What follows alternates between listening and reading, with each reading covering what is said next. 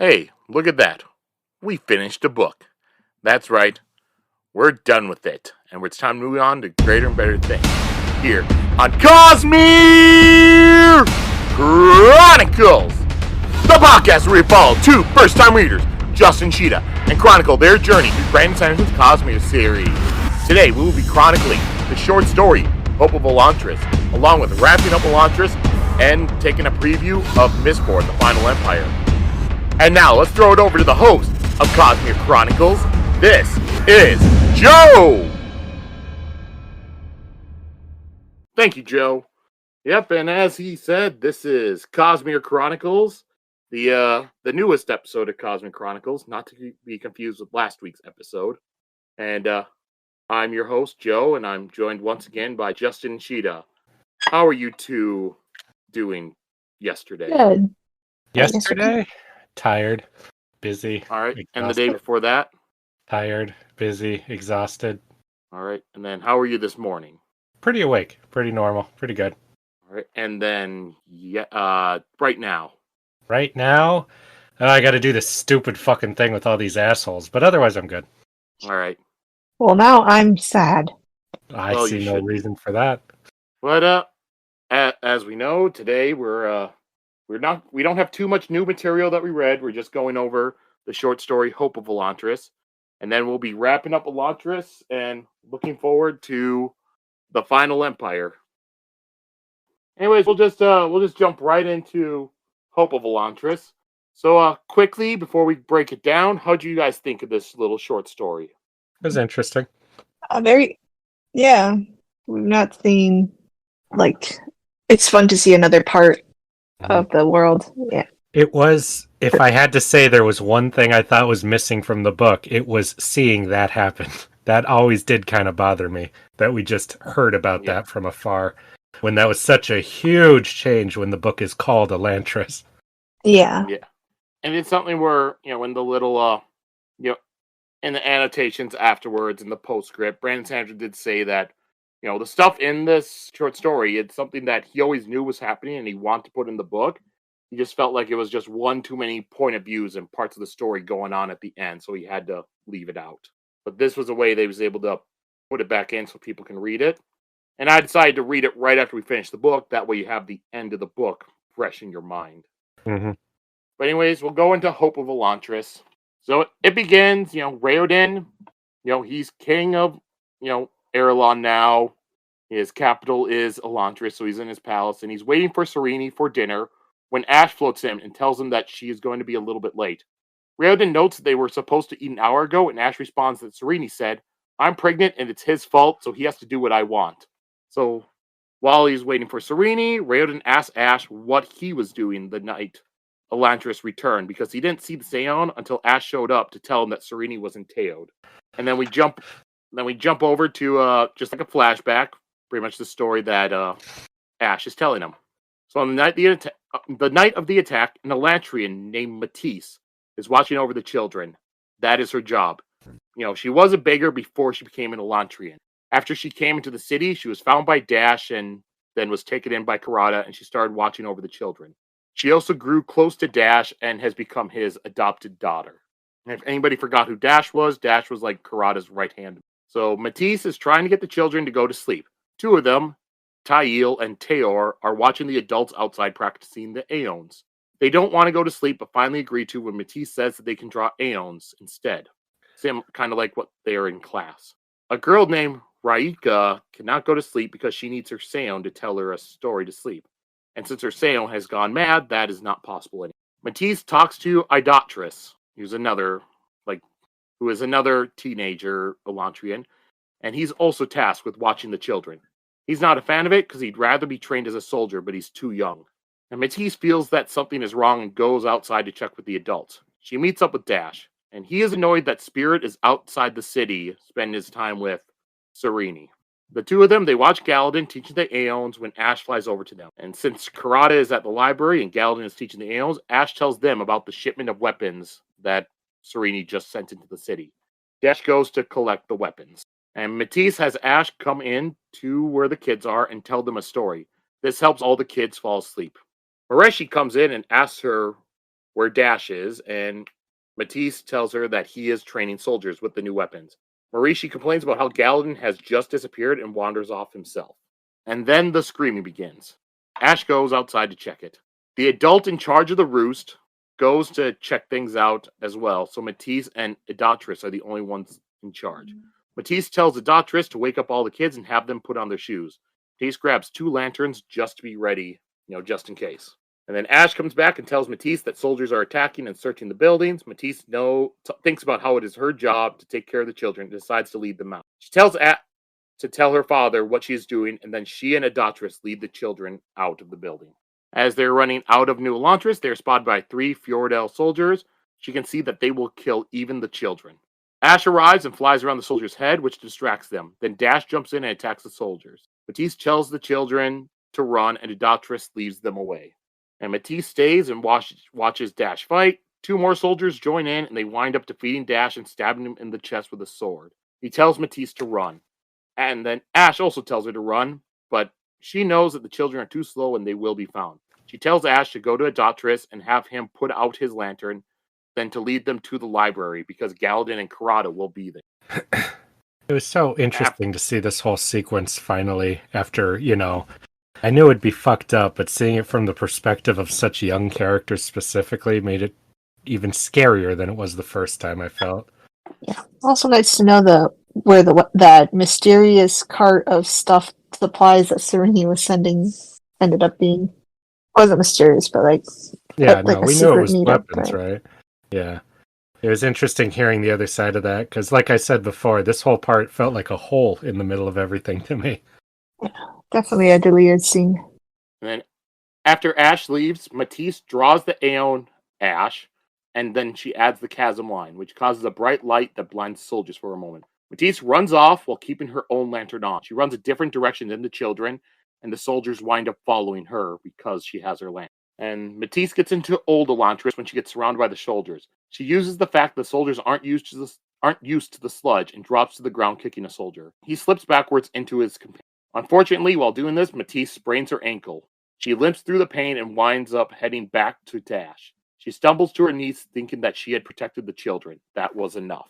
And the soldier that she kicked arrives to her and asks where the children are. Matisse refuses to answer him, and then he pulls out a knife, saying he will cause a lot of pain if she doesn't tell him.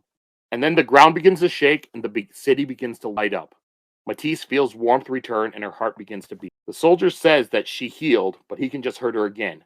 And then a voice says that if she healed, then that means that he healed as well. The soldier collapses, and Dash is standing behind him with a sword that used to be in his chest is now in his hand. Matisse grabs Dash in an embrace.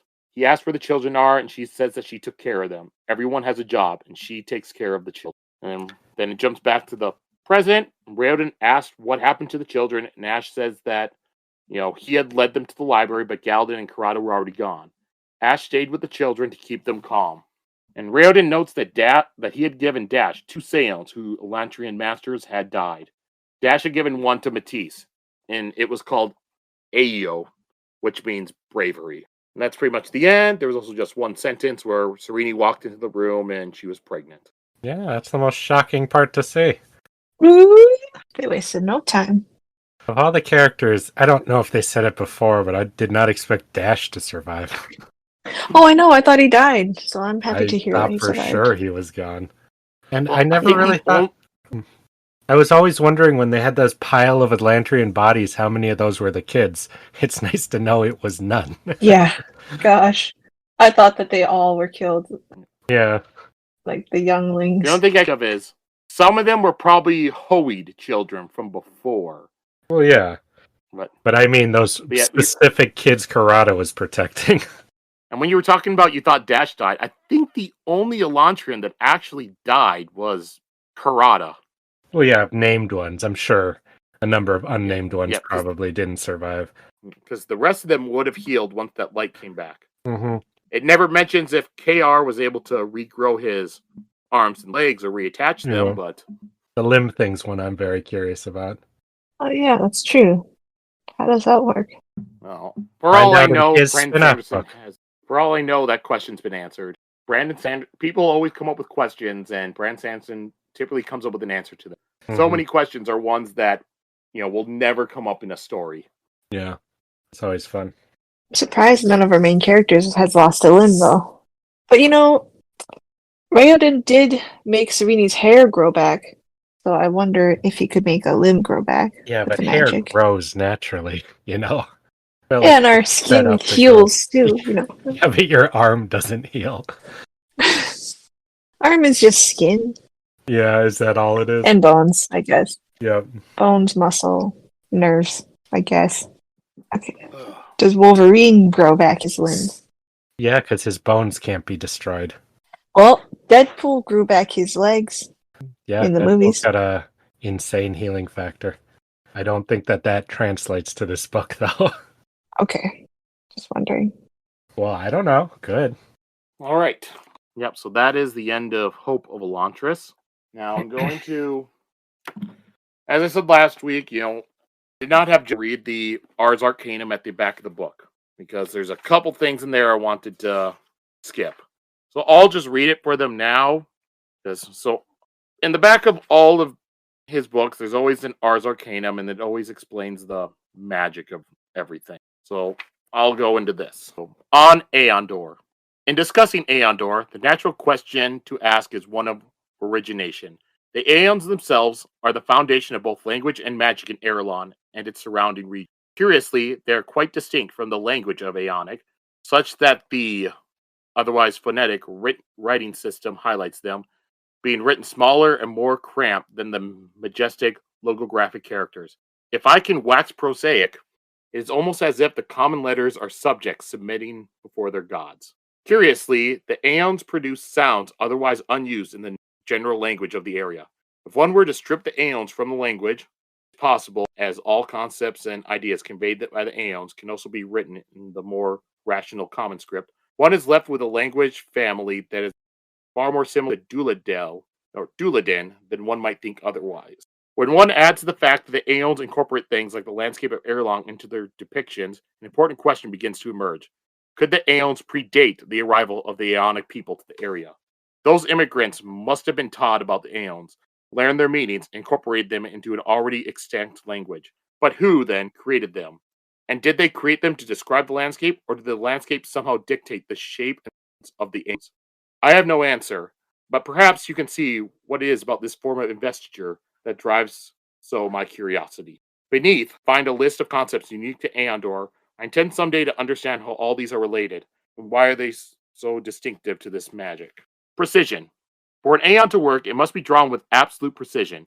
Indeed, my research shows that other potential uses of the door also requires exactness, far more so than any other type of magic I've yet encountered. Again, this seems to point as distinctiveness, as most other forms of investiture are only concerned with perception. Elsewhere, if you think you're doing something correctly, it often works. Even a tiny mistake in drawing invalidates the Aeon. Intention. As in other forms of investiture, intent is very important. An Elantrian can't accidentally draw an Aeon. Because of their complexity, this would be highly unlikely, but I have tested it to my satisfaction. One must wish to draw an Aeon and have an inkling of the required shape before anything will happen. Birthplace. One's spiritual connection to birthplace determines the flavor and style of their invested connection. I have no viable theories as to the reason for that. Initiation. Though the general public sees the hand of divinity in who is chosen to be an Elantrian, I find this unlikely. How, then, is a practitioner of Aondor initiated? It does not appear to be a family descent. I can only surmise random chances involved, unless there is a hidden pattern I have not been able to discern. Ars Arcanum, describing the magic. And then it just has a couple pages of Aeons. Is this meant to be written as from an Elantrian scholar or from Brandon Sanderson? It's written by somebody. It's not an Elantrian scholar. Okay, so this is not Brandon Sanderson. This is like a in-universe text piece. Okay, I see. Yep, it's in universe, but it's not an Elantrian. Okay, so I was gonna say how does he not know where it comes from, and why would he say that? So, all right, cool. I think some of the most interesting stuff I found in it was talking about how, how there's a good chance that the Aeons predated the Erelons actually coming there, since it has to do with the landscape. Yeah, the landscape thing is really, really curious to me. I didn't expect that, and I would be very curious to learn more about that. I think you could do. Is there a book? Has there ever been a thing published that is just all that stuff, like made to look like a journal or studies and stuff? Because I'm really into those. No. But just from like using this magic and this lore. No, there hasn't. That would be cool. Like We I said, didn't talk about. Closest thing will be the back of each book has an Ars Arcanum. In the epilogue, he talked about where the story came from and the character. For the Hope of Elantris. Yeah. So I thought that since it was based off of a girl's book report, that there could be some kind of guide to Elantris they could make that would be fun. I'm sure there's a lot of fan-made ones. Yeah, because like whenever there's a lot of info and stuff like that, and a lot of I think it's just fun to see it all together.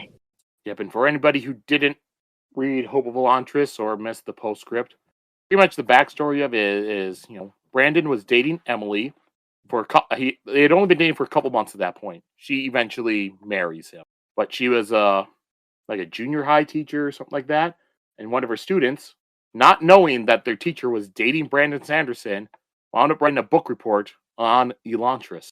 As a fun little thing, he decides to make this little short story with that girl, as that girl's name was Matisse, so he winds up just putting her name in there.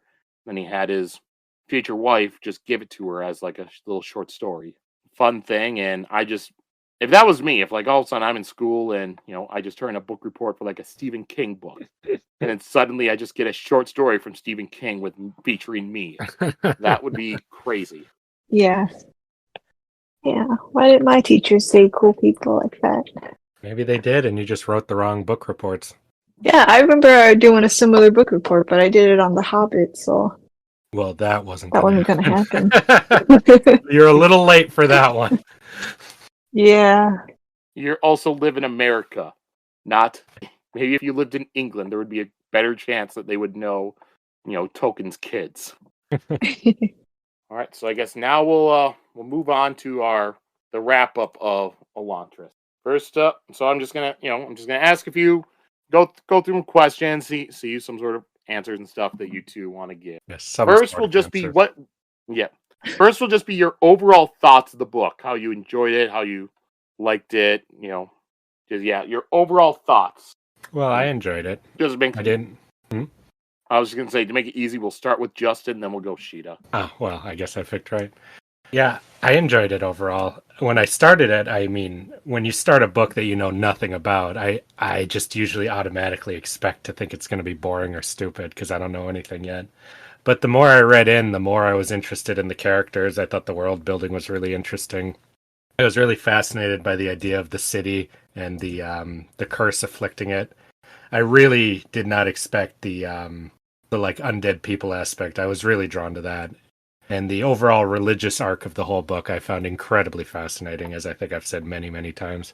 So it had a lot more stuff than I ever would have expected from some random book I've never heard of that somebody suggested to me.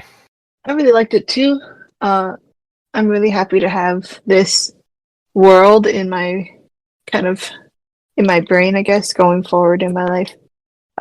Having read more like classical fantasy books or classic ones, it was really nice and interesting to read like a more modern book in this genre to see the influences and the influences of those old works, kind of like how it affects the world building, and that was really interesting. Kind of like I keep comparing it to old stuff, but then it's all brand new and unique on its own.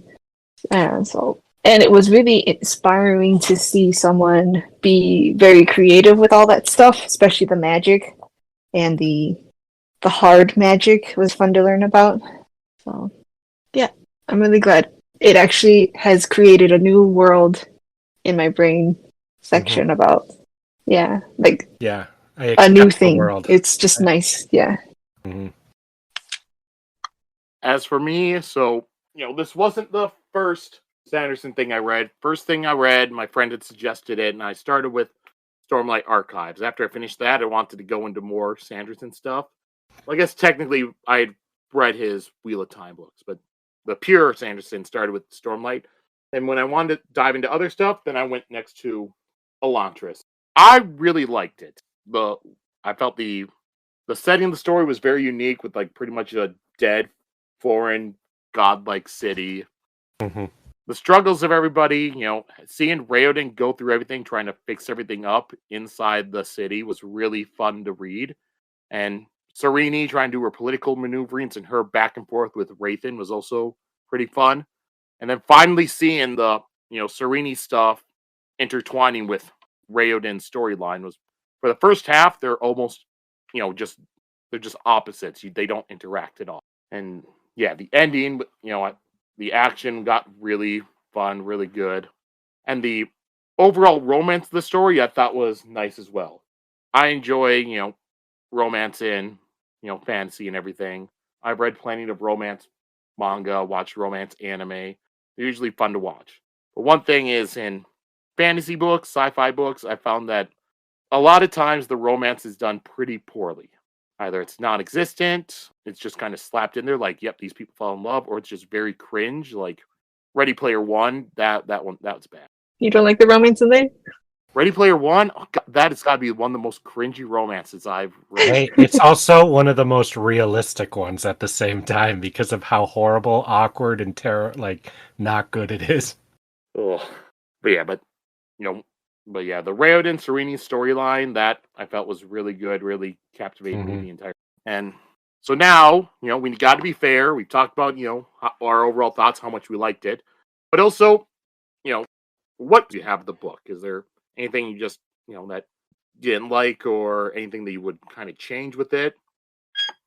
Both sides of the coin. I've only got two. One I already stated, which was I felt like not after all this buildup of Elantris, not getting to see it fall. I thought that was the wrong choice, so I really enjoyed getting to see that. That was kind of rectified later. My other one is what's his name? Cynolin, right? Didn't do enough. I want to see more of him. Other than that, I don't really have any strong complaints. For me, I had to think really hard about this because I don't really like criticizing things that are just creative and a person's own thing they made up. But so I just thought, what did I personally not be that interested in? And it was the kids, the little kids, like Uncle Kain's kids, specifically like the daughter and the little boy, because I just felt like they didn't really add too much, and they got a lot of screen time in there that I felt could have been given to Wraithen or Dilaf or say Nayland as well. So if for me, I would have liked so like it was a lot of kids to keep track of because we had Luke Cole and then the other son as well. So I get that he kind of wanted like a bustling household with a lot of kids, and it was really like kids make it cozy, but I think they got too much unnecessary screen time. And if you don't like little sassy kids, then you wouldn't like them. Sheta, you just reminded me of my one other criticism I forgot, which was the kid who is an Atlantrian and hiding. I would have set that up more. Yeah. Because they made it pretty obvious, but the payoff to it wasn't as good as it should have been because they hadn't got you, wondering and thinking and theorizing about that across the whole book. So that's my one other complaint, is I would have done more setup for that. But most of those I forgive because this is an earlier work, so, we'll see how he is at that kind of stuff going forward. Yep, and I agree with Justin, the Adian part, you really don't see him throughout the story, then suddenly he's an Elantrian. I felt like it would have been better with a little bit more focus on him.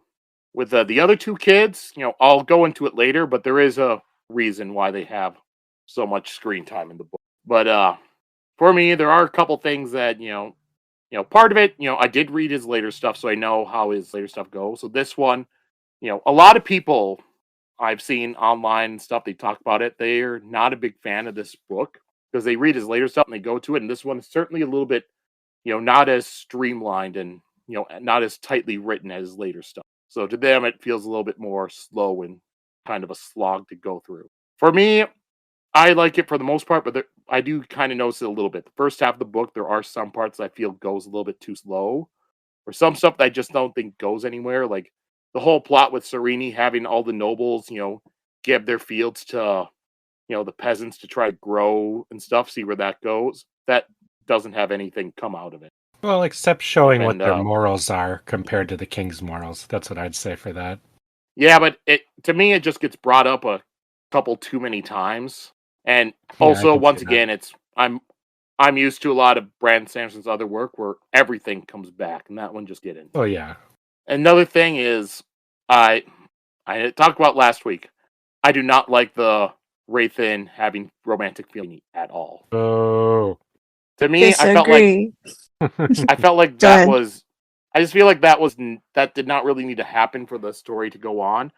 If at the end, if he just decided to help her and want to do all this stuff just because he grew to respect her from all their battles and stuff, because it wouldn't change anything. Him having feelings for her or just him respecting her, because she never had feelings for him. There was never anything coming out of it.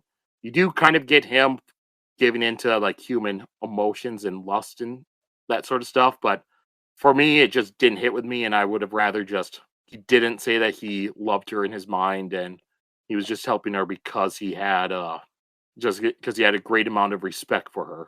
Well, I would say that he loved her because he had a great amount of respect for her.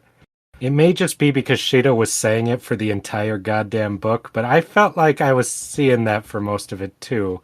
I was very shocked when it was said openly, because Horathan seemed like a guy who would, like you said, not really give into human emotions, not really think about that stuff.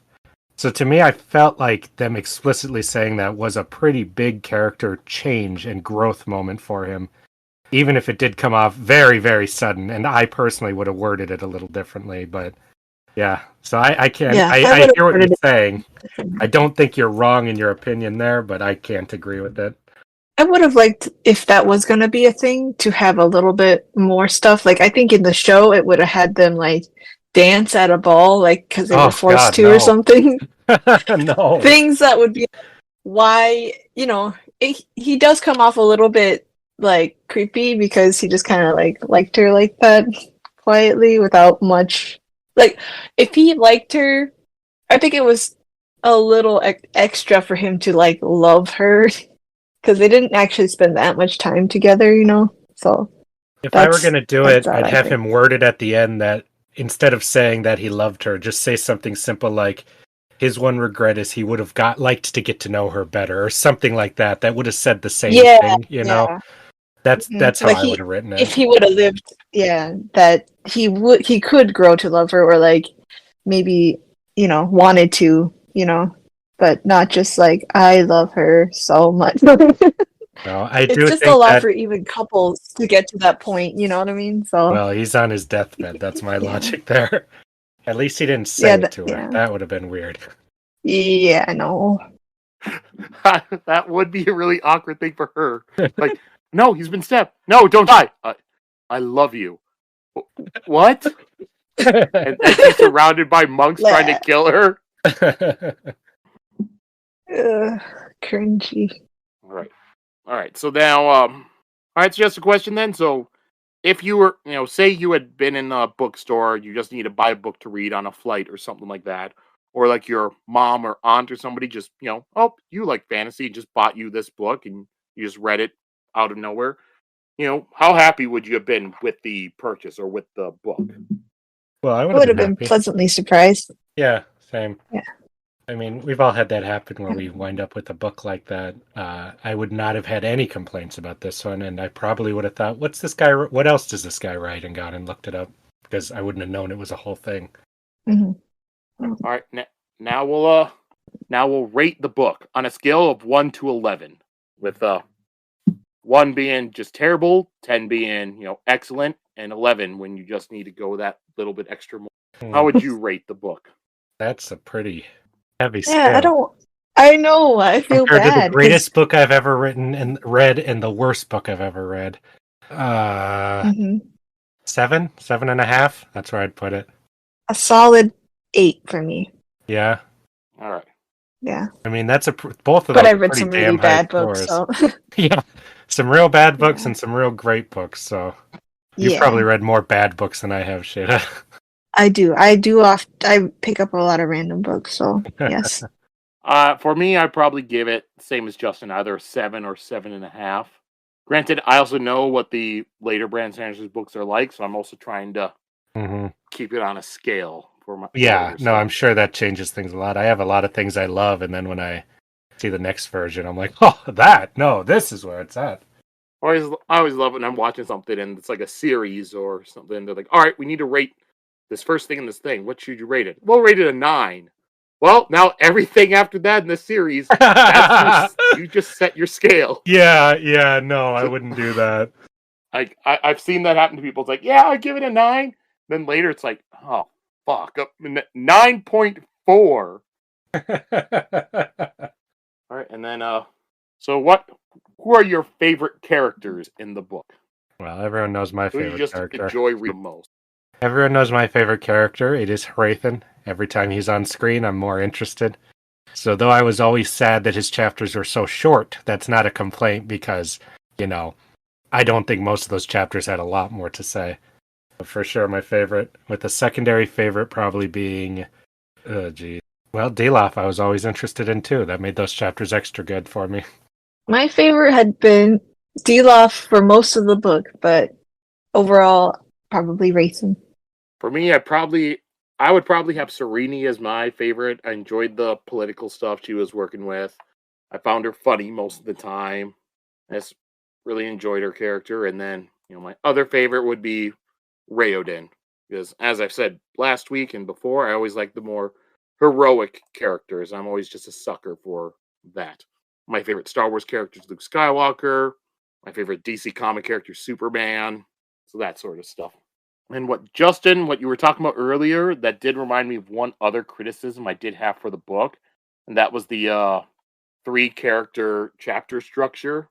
I brought up in an earlier episode, but while I do understand the idea and it works most of the time, there are some points in the book where I felt like having the strict Raoden, Sereni, Raythan chapter structure did come off as a negative. Because there were times when, it's like, all right, well, the story we really don't need a Raythan point of view at this time, but we have to put it in because of the structure. Where in other books where it just would have been, we wouldn't have had that Raythan stuff. The stuff that happened in that chapter would have happened in the next chapter or the one before that, and would have streamlined it.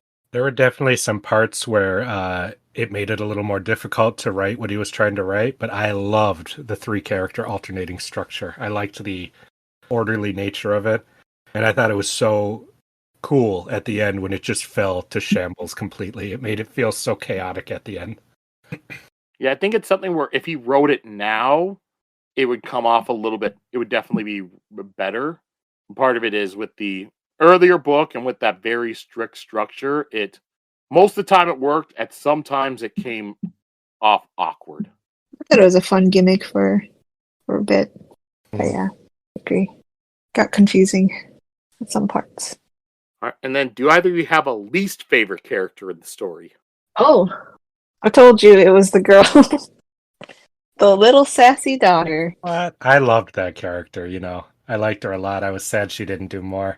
That's one of my favorite archetypes. I can't think of one I actually disliked. Yeah, the only characters I disliked were the ones I was supposed to dislike. So I can't think of one.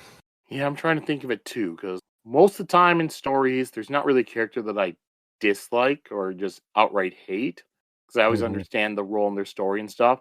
There are just those couple instances where when I'm reading a story and I actively just and don't want to read. My first reading through Wheel of Time, there was one character like that where every single time, well, in the second half, first half of the story, liked her. Second half, every single time she showed up, I just groaned. And there's like couple like side characters in One Piece, not really a fan of, but this one, there's nobody that I'm really grown when I see them on page.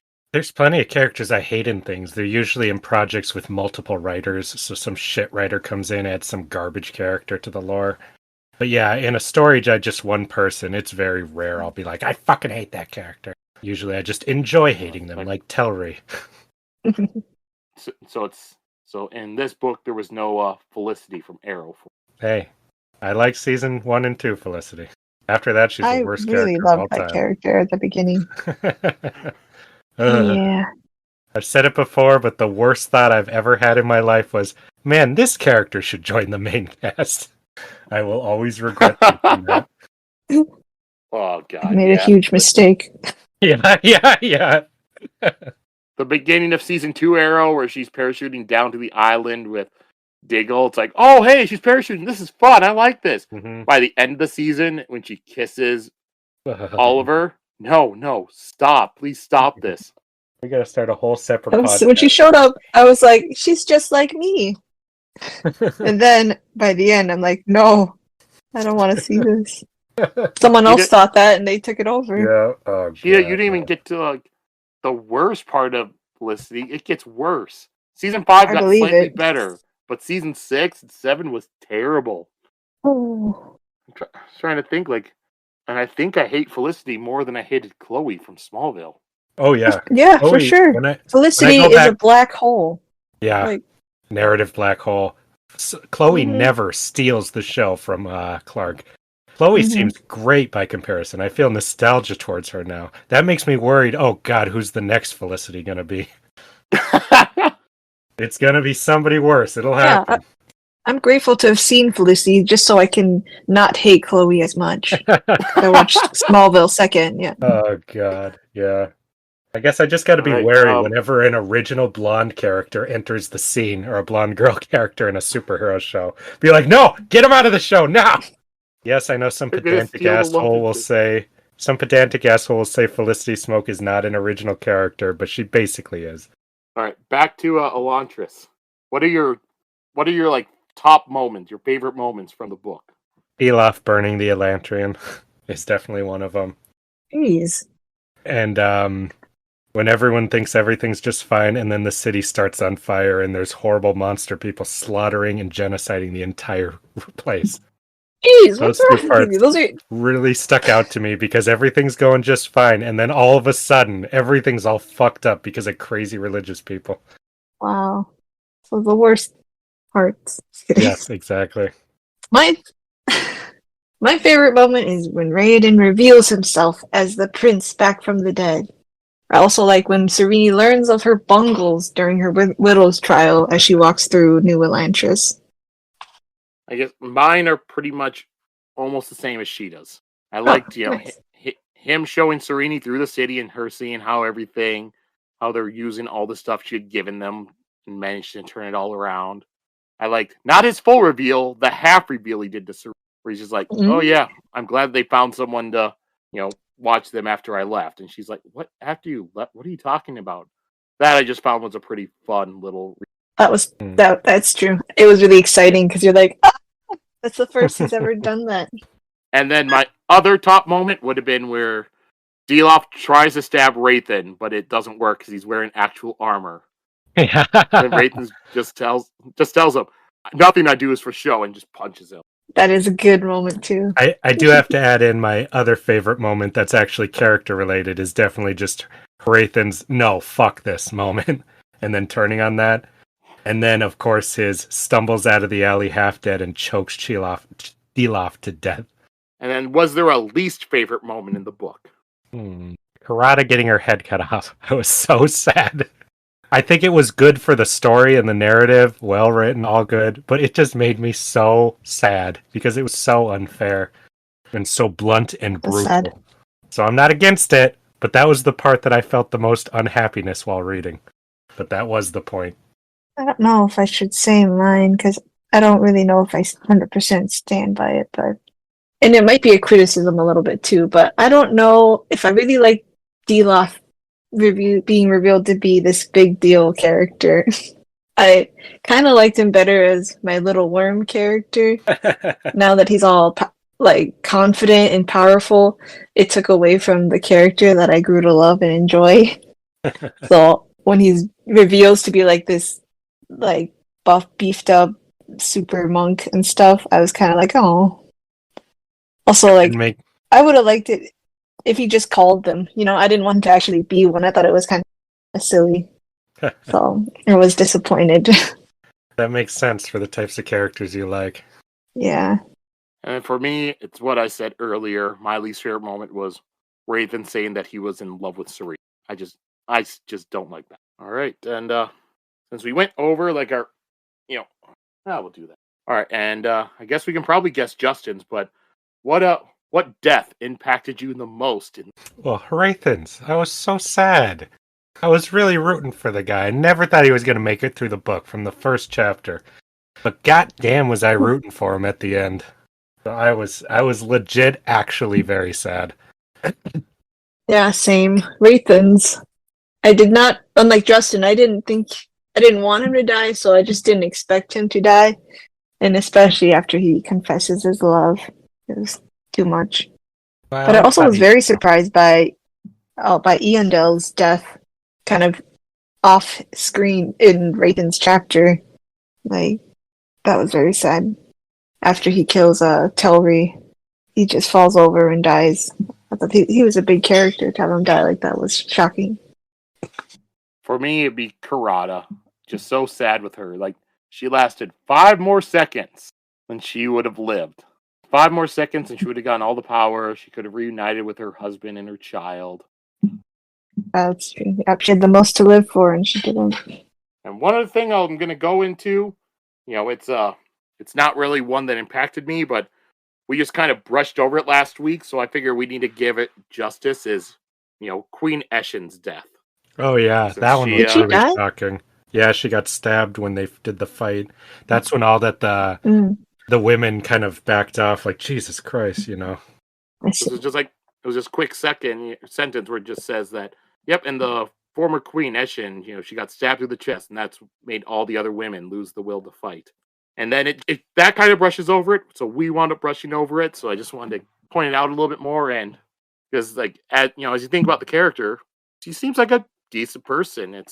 She talks a lot and everything. She seems kind of, like a, absent-minded and stuff, but I look at it, just because she's not into politics doesn't mean anything. She's just more interested in other stuff. She gets along with people, and then all of a sudden her husband, she's probably not very intimate with, he winds up killing a bunch of people in sacrifices, and that kind of fucked her up. So yeah, let's pour one out for Eshen.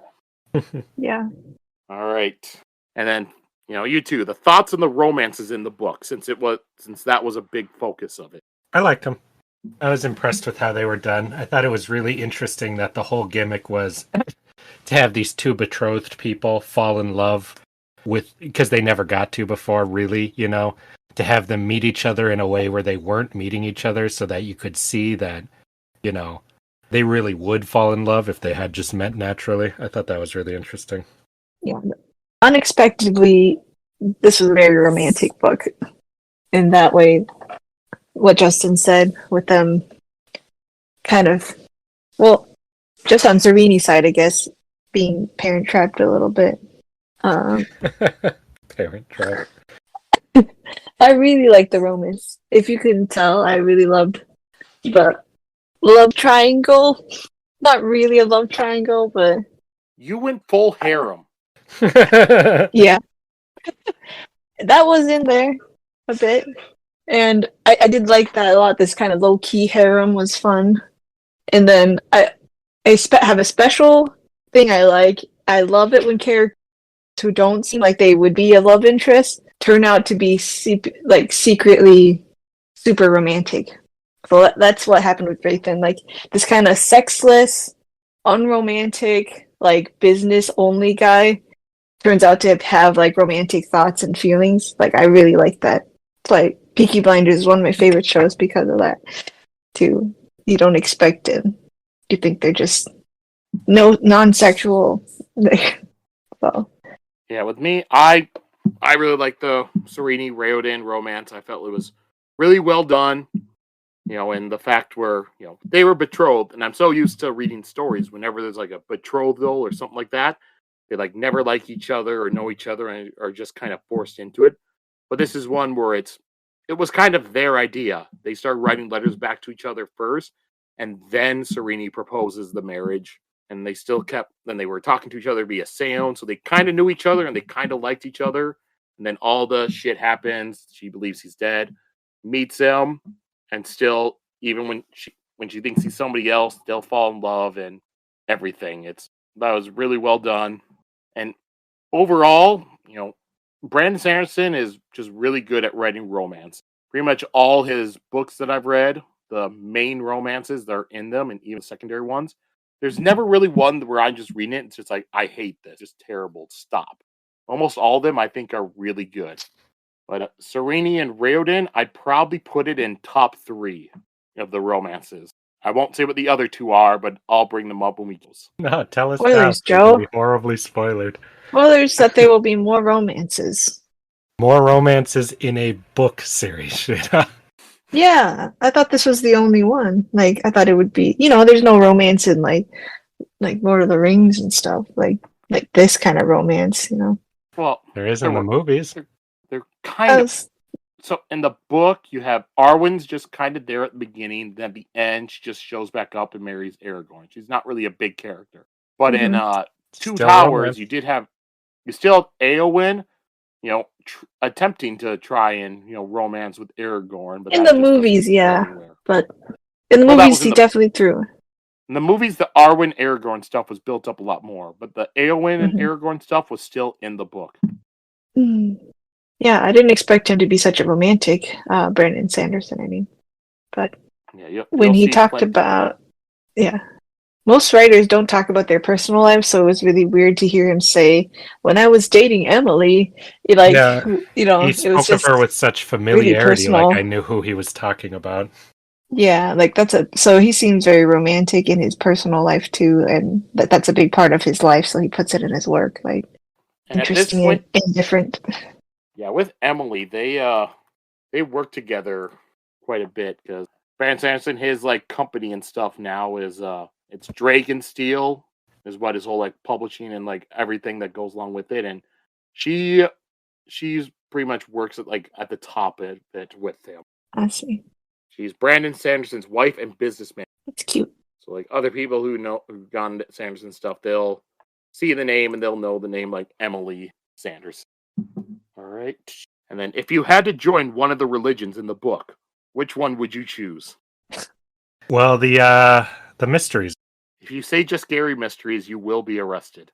Well, I mean, Justin, you can't say that. You get to plead with the gods, sacrifice young women. It all sounds pretty fun. Listen, take that back right now.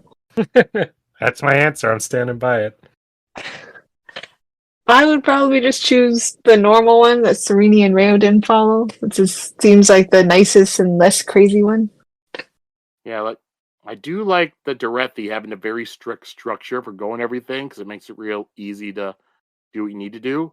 But at the same time, I could not be underneath somebody and have to do every single thing they sing. I couldn't do that. So I probably would either go Karathi or maybe even the brute one of Shu Kessig. All right, and then if you got to marry one character from the book, who would you choose?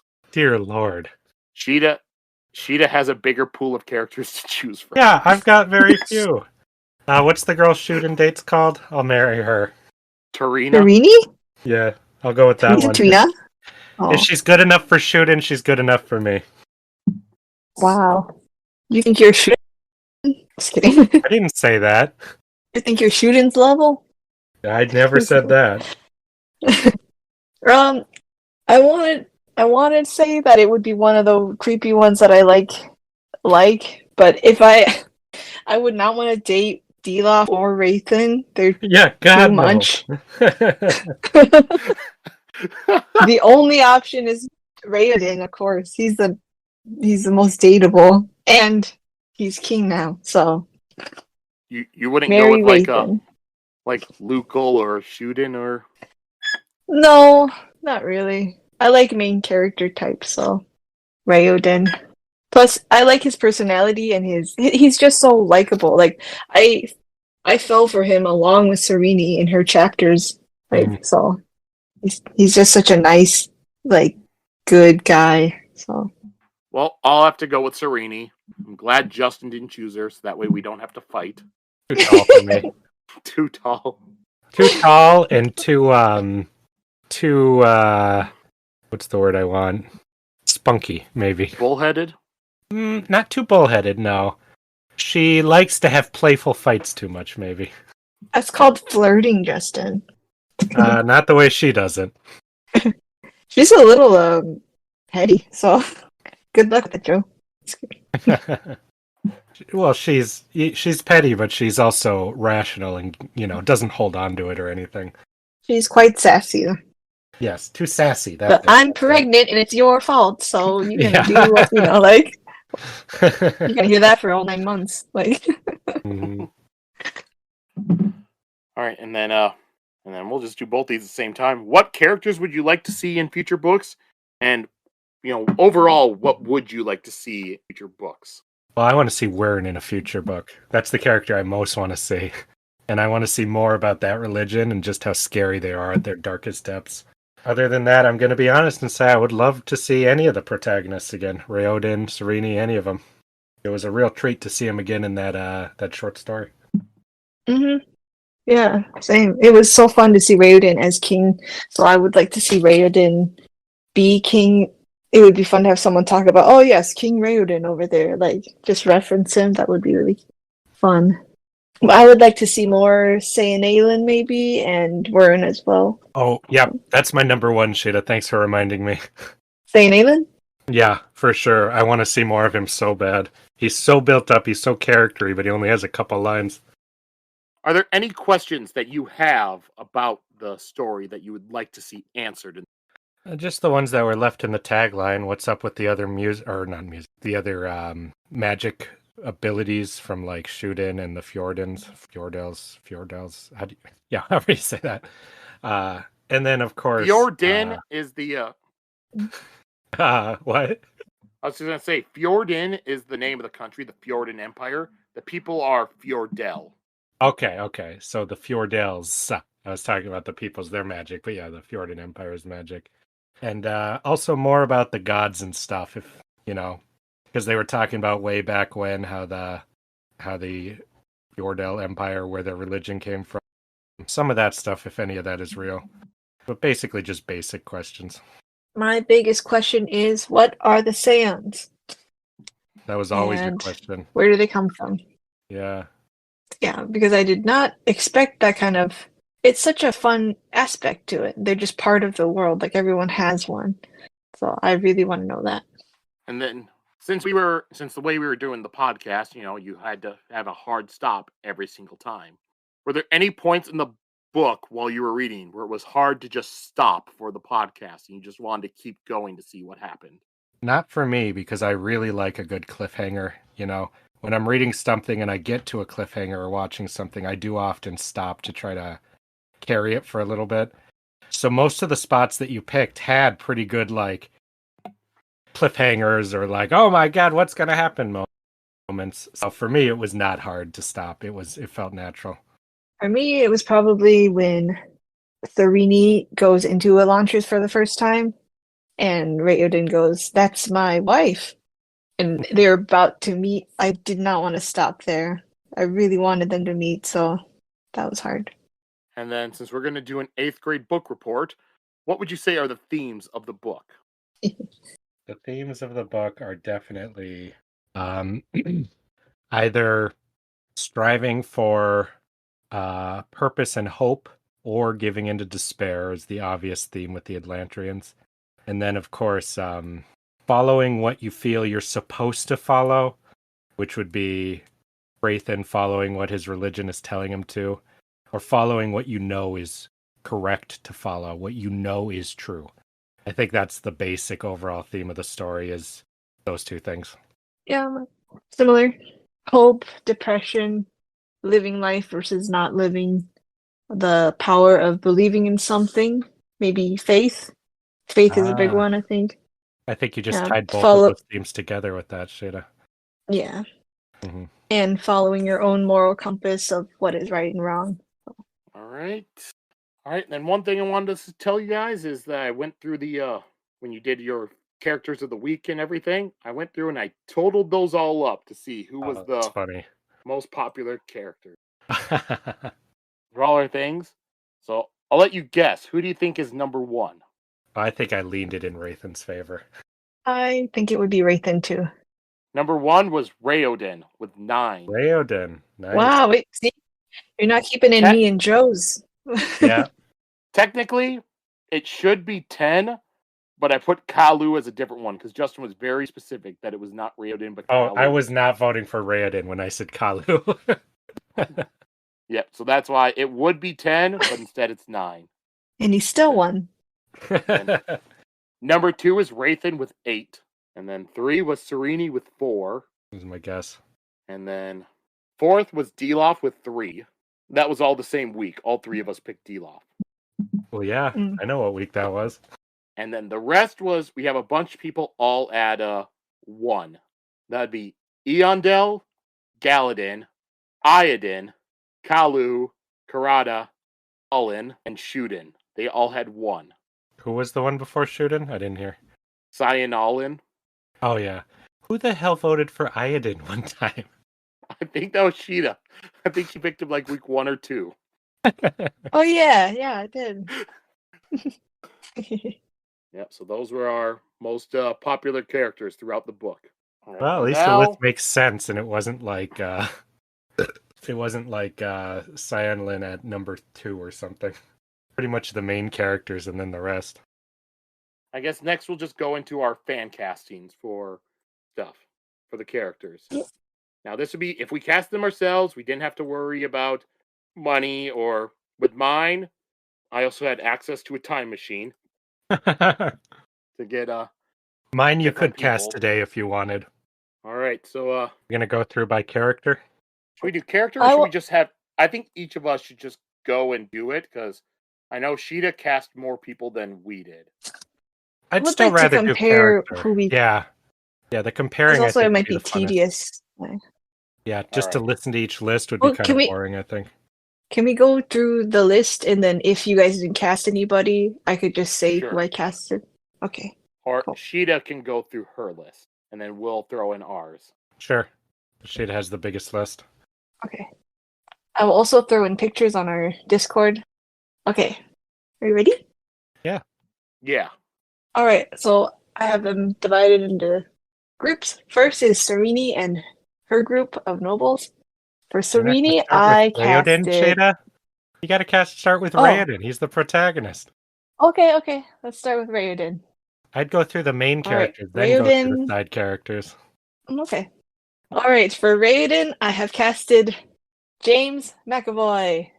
I have these pictures of him from Glass. And we can play sympathetic and lead role.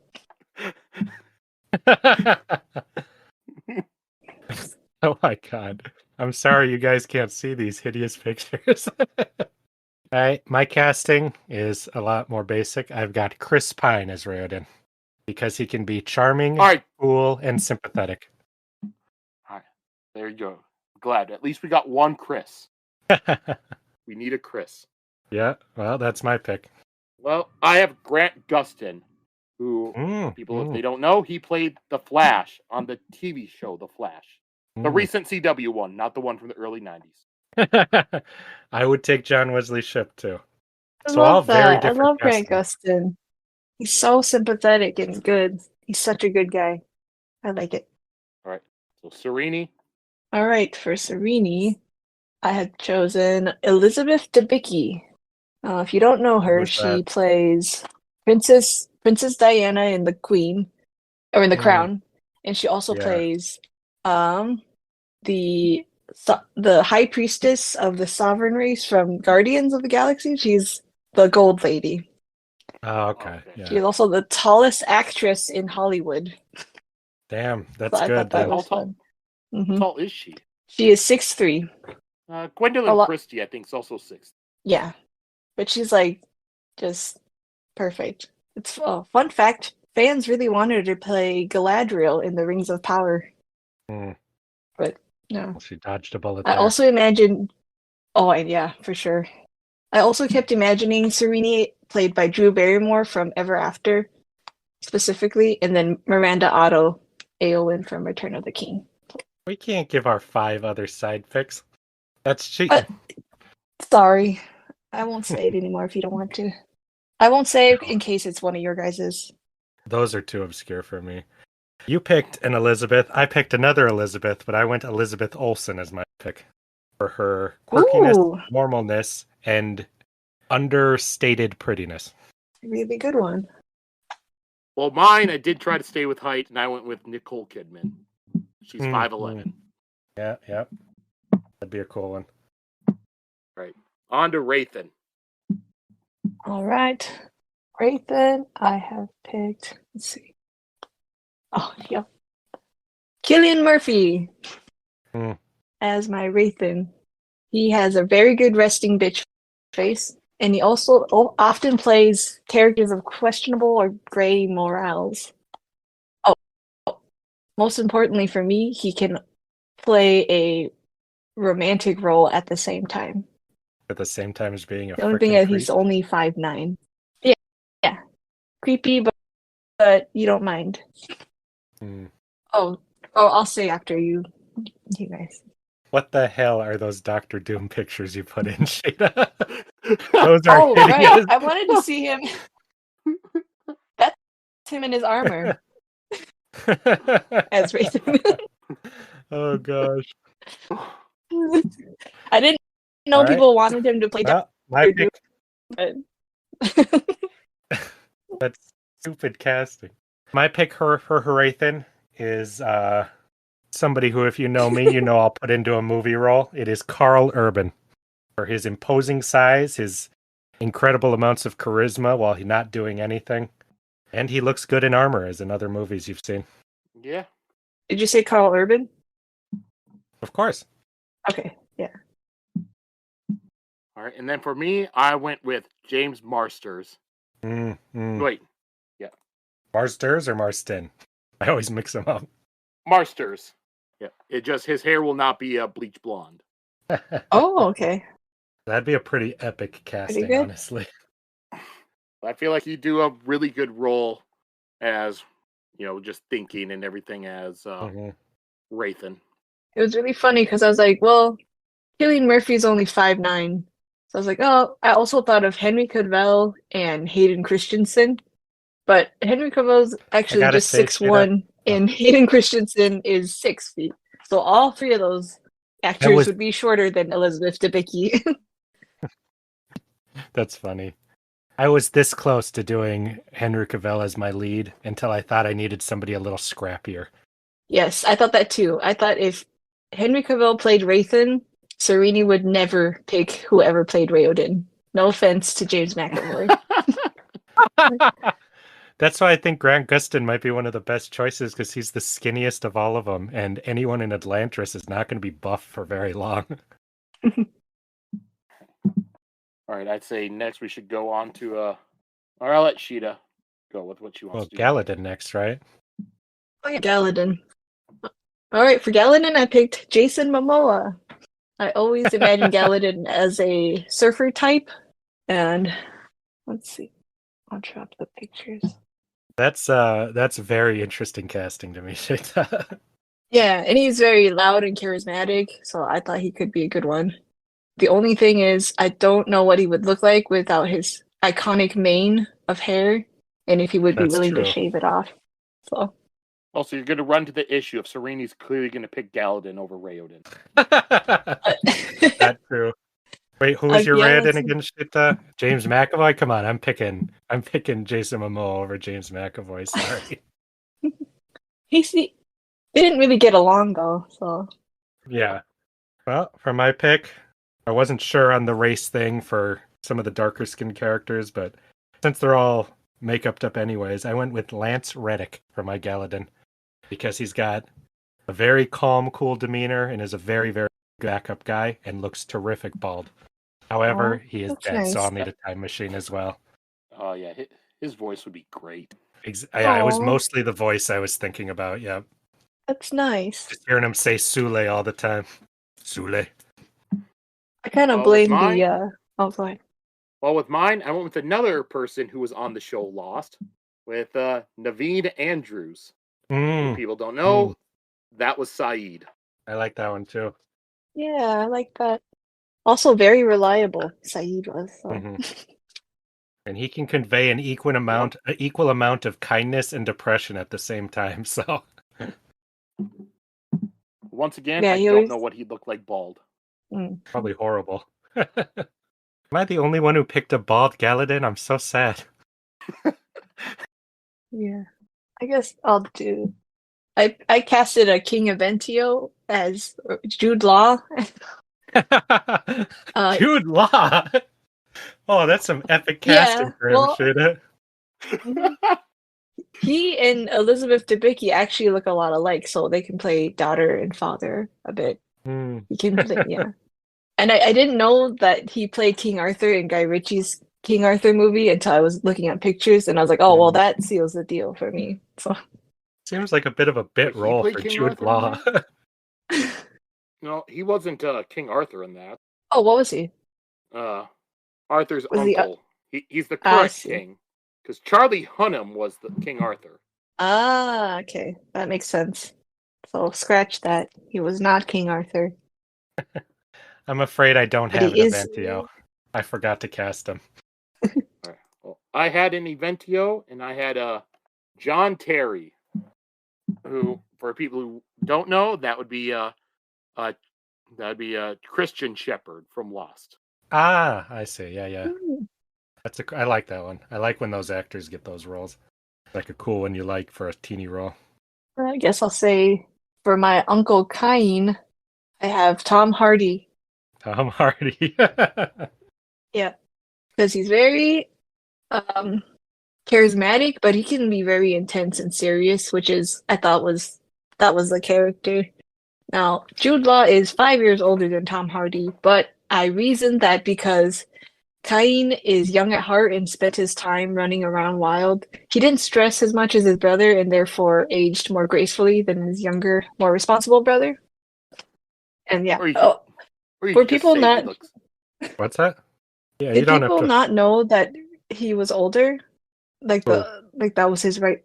That Uncle Cain is the rightful king. Do the general public know that, or I have no idea. Well, probably. because Serini didn't know that, you know. That we don't know. But for my kind, I have another sadly passed actor, Ray Stevenson, for being an older, huskier guy who still is quite a badass, who's able to be very gentle and very mean when he needs to be. That's very good. Yeah.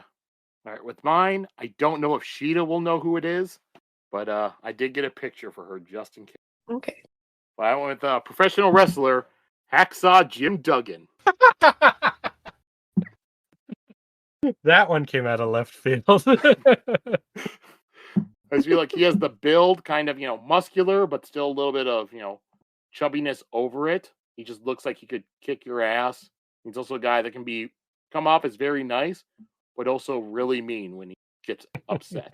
But of course, time machine, because this has to be like 80s or 90s Jim Duggan, not present day Jim Duggan. He seems silly. His character kind of is, yeah. Sadly, that picture I have, he's not holding a 2x4. Oh. Now for his wife, I was thinking, I don't know, I think I might have said this, but like, for Deora, I wanted to cast Catherine Zeta-Jones, because oh wow, I just imagine her as this classy, exotic kind of woman, and her voice is what I imagined, like, the kind of woman that would make you want to retire. I did not cast his wife because she's not a big enough character, but I'll go with Catherine Zeta-Jones. Yeah, I didn't cast it either. And you guys said you did not cast the kids? No. I didn't know. I'm not going to search for kid actors. I have no idea who's out there or any of that.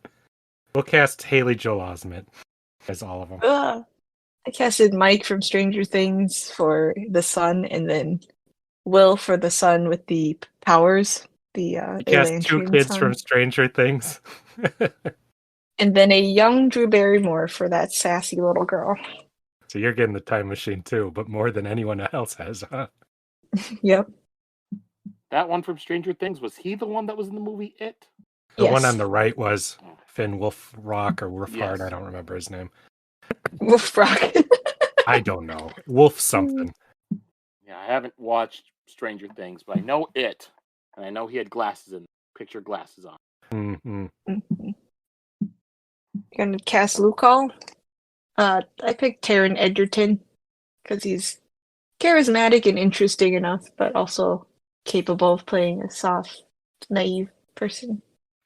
I actually kind of like that casting. I went with Yeah. an actor whose name I Cool. did not know until today, Jack Dylan Grazer, who plays Freddie Freeman in the Shazam movies. Because he's Oh. just a young man now, who you would immediately empathize with without him doing much of anything. Oh, what, Sheta? The young Freddy? Oh, yeah, No, the young not version, the, not the older one. The human version, or the okay. civilian version. Oh, cool. Not Captain Marvel Jr. No. I like that actor too, but he's not in this movie. Well, with mine, you'll have to use a time machine, but I picked from the late 90s, Thomas Ian Nicholas, which you'll know from American Pie. He played Kevin. Oh. He was the one who was dating Tara Reid in there. I gotta look up a picture again. Oh, okay, yeah. I can see it. I have not seen that movie, so. Just a cool You've young never seen guy. American Pie? No, I have not. You got to. American Pie 1 and 2 are great. Wedding's not very good. Reunion's kind of dumb. And I've never watched any of the straight to DVD. You're right, I should have got Stifler in this movie somewhere. What am I doing here? Next, I've casted Ian McDermott as Royale. Oh no, that picture didn't work. I know what he looks like. Yeah, but he plays the Emperor in the Star Wars movies. You know, I like that. Or, I'm sorry, Senator Palpatine. Yeah, he can be very, very gentle and kind when he wants to be. I've picked Christopher Lloyd as my Royale, because he's super old, but super kind and likable. And you would think about marrying him. But the most modern Christopher Lloyd, where he's very old. Yep, and I went with Donald Sutherland. Mm-hmm. Let's just think about the scenes from the Hunger Games movies where he's the president. He just, he's talking very nice and kindly and stuff. You just get rid of the murderous undertones from what he's saying and just make him a lot more, he talks with his, straightforward, nice. Mm-hmm. Or even when he's talking to like Katniss in there, he comes off as nice and stuff, but it's still like, yeah, I'm nice. If you fuck up, I'll murder you. We just get rid of the if you fuck up part. I think of all our castings so far, that's the one where all three I'd be happy with. Yeah, I like that one too because he's interacting with a young woman, with Katniss. So that's good. And after Royale, I was thinking, which character? Ahane. I casted John Goodman as the Ahane. Sadly, sad for me. I was kind of sad.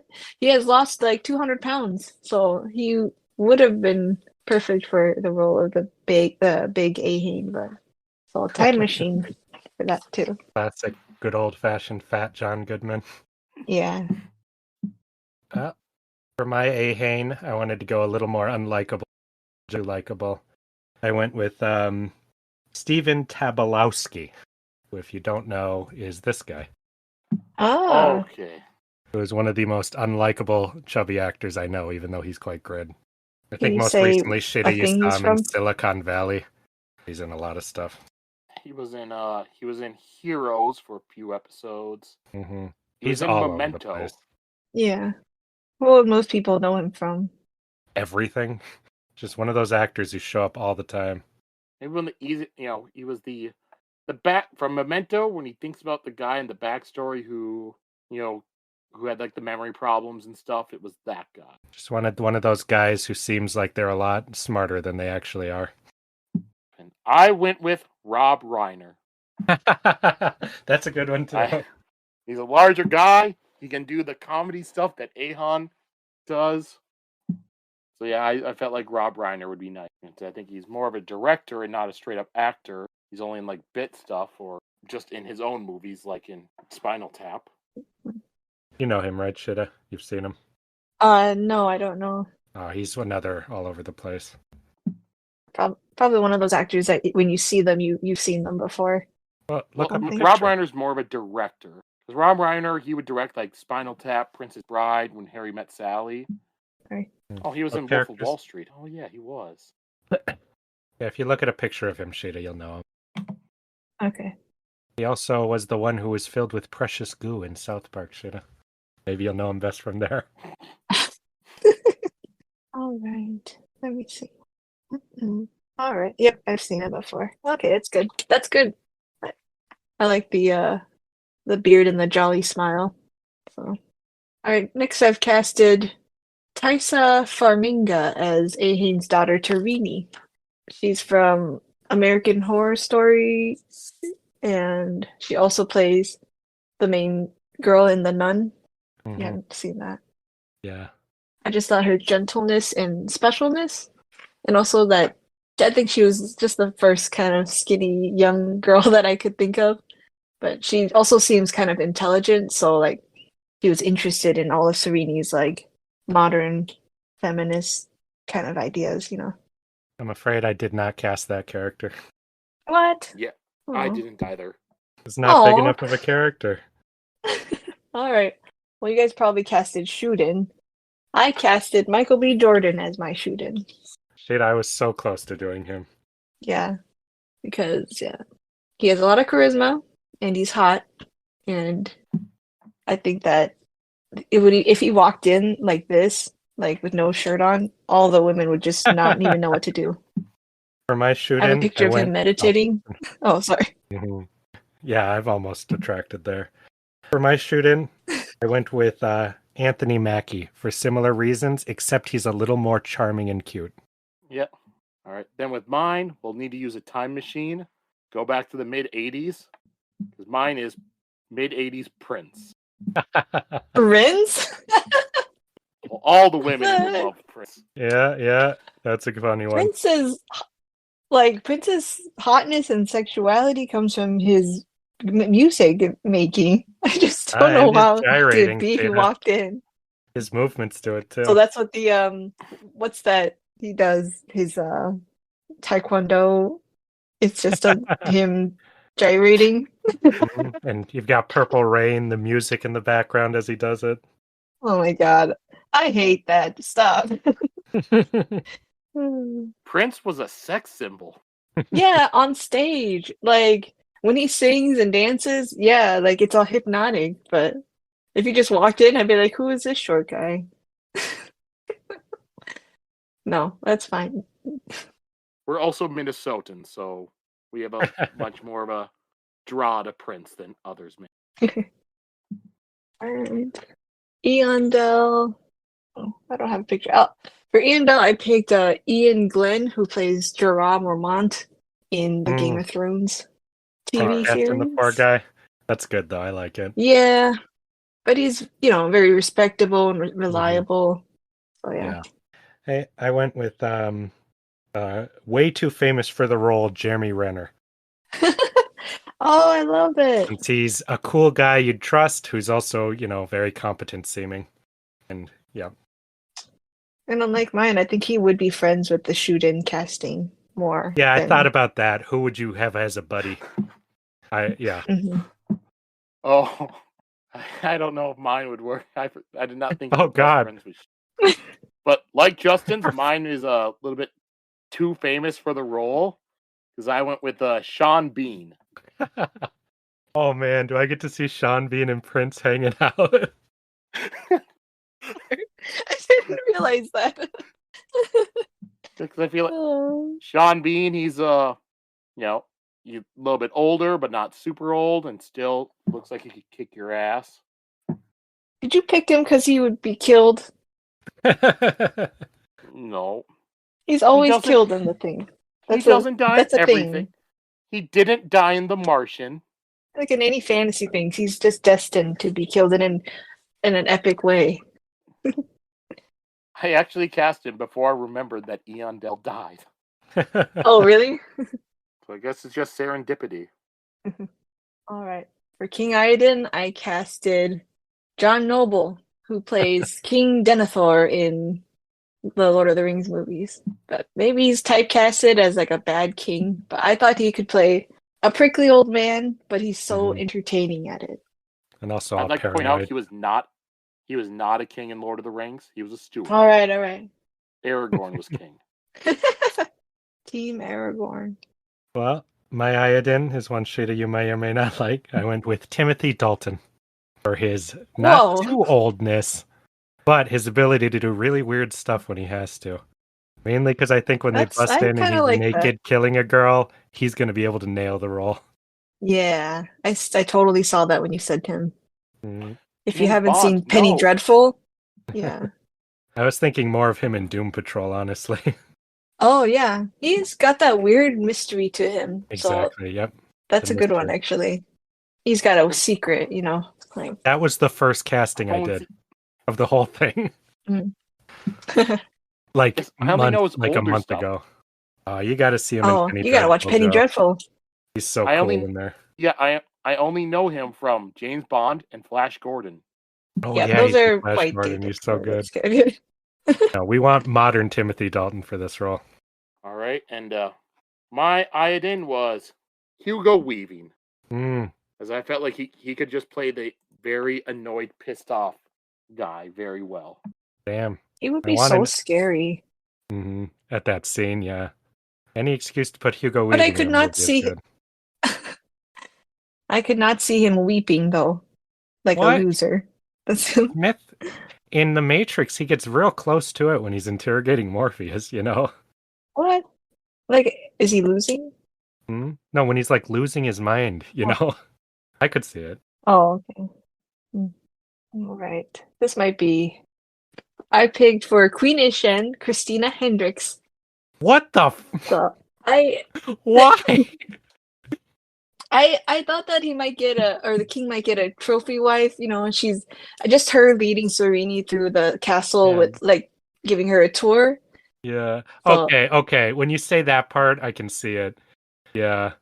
I just yeah. didn't imagine he'd The have only a bombshell for a wife. Yeah.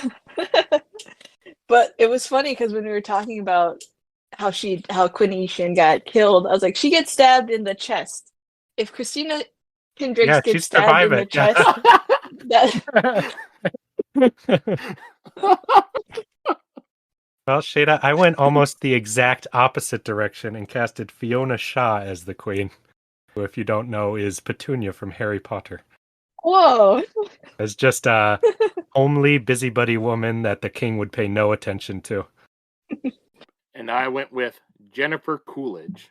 For people don't know, that was Stifler's mom. Oh, I love it. And she's also in Legally Blonde, if you don't. Yeah. Oh, yeah, she was. Yeah. You know, Best in Show. And you guys both went in a very different direction than me. I just felt like Jennifer Coolidge can play the sort of airheaded sort of character very well. Yeah. You know, she has great comedic timing. Yeah, and part of it was the recent Discover commercials she's been in. She kind of plays like an airheaded version of herself, and those come off great. Yeah, she's great.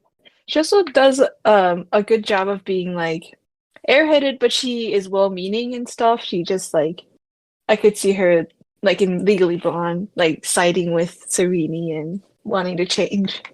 Yeah. Serini teaching them to do the bend and snap would be so funny. I just imagine a real frail, small woman. I don't know where you guys got these real curvy women from. Did I miss something in the book there? I imagined a really mousy woman who just talks about random stuff all day, and you don't really get to know her very well. All she is very superficial and stuff, and yeah, kind of all right. Wait, I'm sorry, Sheta. Did you say John Noble is married to Christina Hendricks in your casting? Jesus Christ. Is that modern Christina Hendricks where she's a lot older? Or is this Mad Men Christina Hendricks in your head? Well, I just saw her recently in that one show. So it's the more recent one, right? Yeah. She still looks great. That makes more sense at least. Yeah, but she's not young anymore. Yeah. So yeah, I thought it was good. All right, next I'm going to cast Lord Telry. That is going to be played by Wes Bentley. He plays Seneca Crane in the Hunger Games. If you don't know. Oh, that's a good one. I like that. Yeah, he's very handsome, but he always looks schmarmy, I think, in his Yeah, he does. in his roles. Never tell what he's thinking. Well, for my Telry, I casted Walter Goggins, who I know you're a fan of, Sheta, even if you don't know the name. I love it! Because he also looks pretty handsome, but also pretty creepy. And you put a big scar on him and you ask him to act really unlikable, he will do the hell. All right, for Telry, I went with Kevin Tighe, who people don't know, that would be Anthony Cooper from Lost. With the most unlikable Telry. Yeah, he can play a very not handsome. He's pretty handsome. He's not young, but he's handsome. Telry's not really supposed to be handsome. Well, He it says he is. could be handsome if he didn't have the scar. I always remembered that. Could. Yeah, he may be. Oh, I always thought he was very handsome. All right. I guess I'm just going down my list. So next I have Sayanalin, who I casted Lee Pace as Sayanalin. Specifically, his look as the Elf King Thranduil in Sheta, The Lord of the Rings. That is so good. Yeah. He's Yeah. great. Is that picture of Photoshop? Why is he like that? I don't know. Yeah. But if you didn't know, King Thranduil is Legolas's father in the books. So it's really cute. I can't beat that casting shit.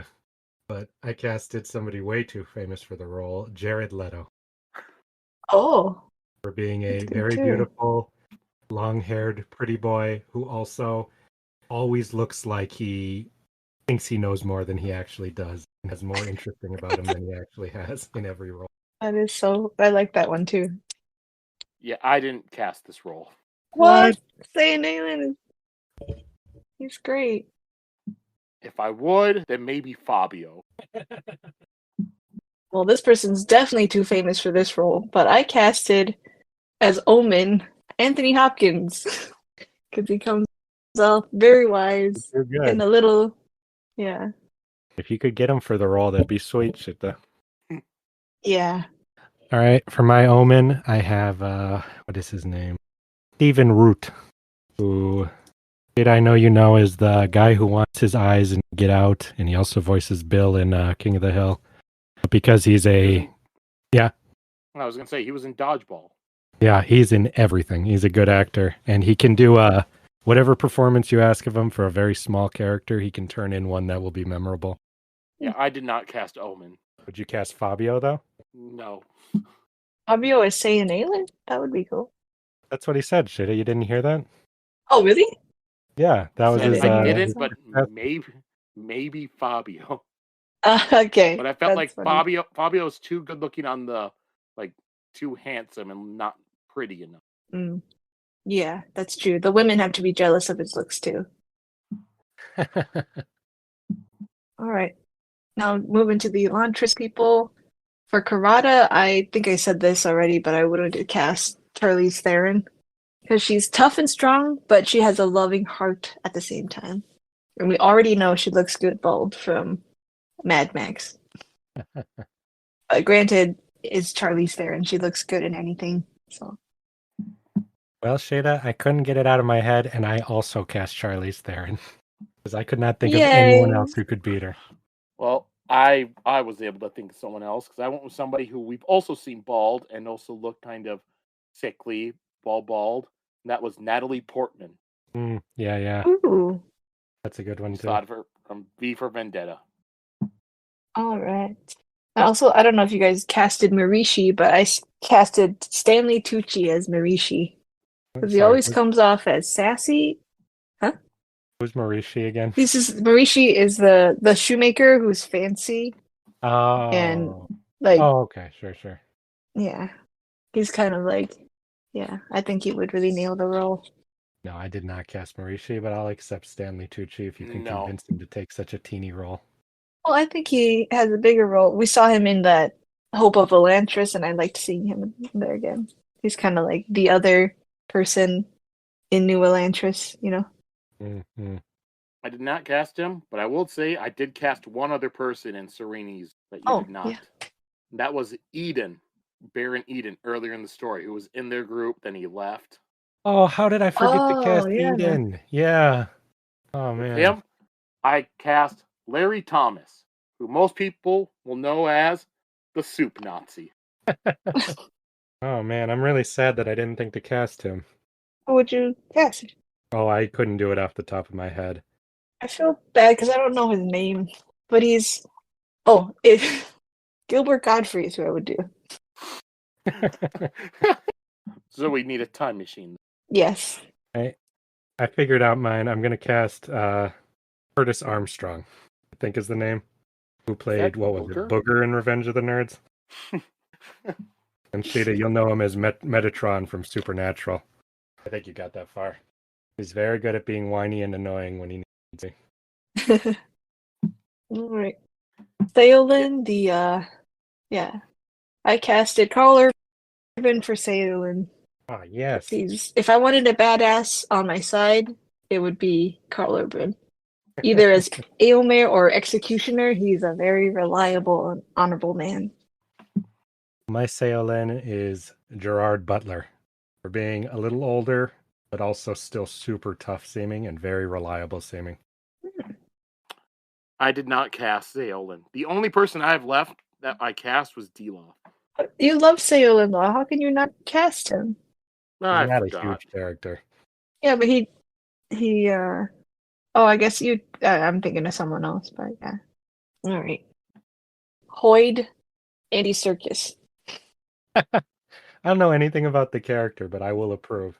Yeah, Andy Serkis has a magical quality in his performances and a twinkle in his eye and a creepy mysteriousness that would make him perfect for this role. You've got Joe over there either saying yeah or what the fuck no. The only one who knows. Really? Well, I don't know. I don't know this character. Yeah, I feel like he's going to be a bigger deal, so... It's not a big character. Oh, okay. I thought he'd just kind of giggle and then drop into the pool. Andy to be Serkis seen does later. cameo roles sometimes. You didn't cast Hoyd, Justin? No, I don't know the guy. I can't cast a guy I don't know. Oh, yeah, well, the only one left to cast is good old Dilaf. What about Ash? Didn't you have him? I cast. Didn't you have Ash? Okay, do your Dilaf. Oh, yeah. No, I'll do Ash before Dilaf. For Ash, I just was thinking of Alan Tudyk to play him. Are you fucking kidding me? I did Alan Tudyk as well. Yeah, he's got a really great voice, so. It's such a typecast role, apparently, though. We both did it. It is. Yeah. So, did you cast Ash? I said all I had left was Dilaf. Okay. All right. I didn't try to think of voiceover worked. Tom Hiddleston is my Dilaf. You really think Dilaf is a good-looking guy, huh? Okay. So, when I was looking for pictures of Tom Hiddleston, I found a picture from a show. It's this picture. And I was like, wait, who is that? That is Elizabeth Debicki, who is my Serenity cast. So I have pictures of them for my fan show. Dear God, I hope that doesn't happen in your show. Them about to kiss. In a British show called The Night Manager, Tom Hiddleston and Elizabeth Debicki are romantically involved. So, well, I can see Tom Hiddleston in the role because you throw some robes on him, he looks all skinny. You throw him off, he's going to look all buff and tough, you know.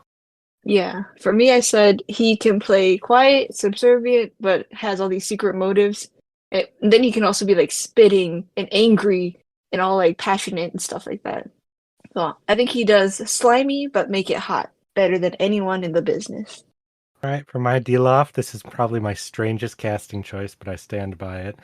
I cast Charlie Day, who, for people who don't know, plays Charlie in Always Sunny in Philadelphia. Because he can go from a regular kind of calm guy to an absolute raging psychopath in the snap of a fingers. And I really imagine the scene where he's burning the Atlantean and screaming out all his religious fervor. I think he would kill the role. I casted that before I knew he was a badass, but I still stand by it. Yeah, I thought that too. Wild card! Yeah, pretty much. All right, well, my Dilaf, I went with Robert Nepper. People thought that would be Teabag from Prison Break. That's very good, because I also... Oh, go ahead. I was just thinking he plays that real creepy sort of guy, kind of slimy, but also you just see like the rage inside. Man, each of us booked it in like a mile of a different direction on our Dilaf casting, huh? Yeah. I like these because you can really see how each of us sees the characters, you know? Yeah. It's really different. I like the Robert Nieper one because I still think he's very attractive, so Teabag is one of my favorite characters. So we've got everyone cast. So all of you worked... You all forgot one character who I have casted. Kalu. Who? What? Lou, Oh my god. who You're I think should be right. played by Keegan-Michael Key. Oh my gosh. That is so good. Just walking into the movie halfway through and just doing a whole thing. Oh my gosh. Oh, That is I like it. I like it. It's perfect. Also, when Kalu shows up, it's like from a different movie, so that's Yep. perfect.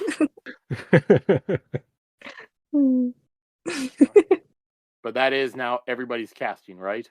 Yeah. Yeah. All right. Well, clearly, you all worked on it. You're going to get your TV show made. You got everyone cast.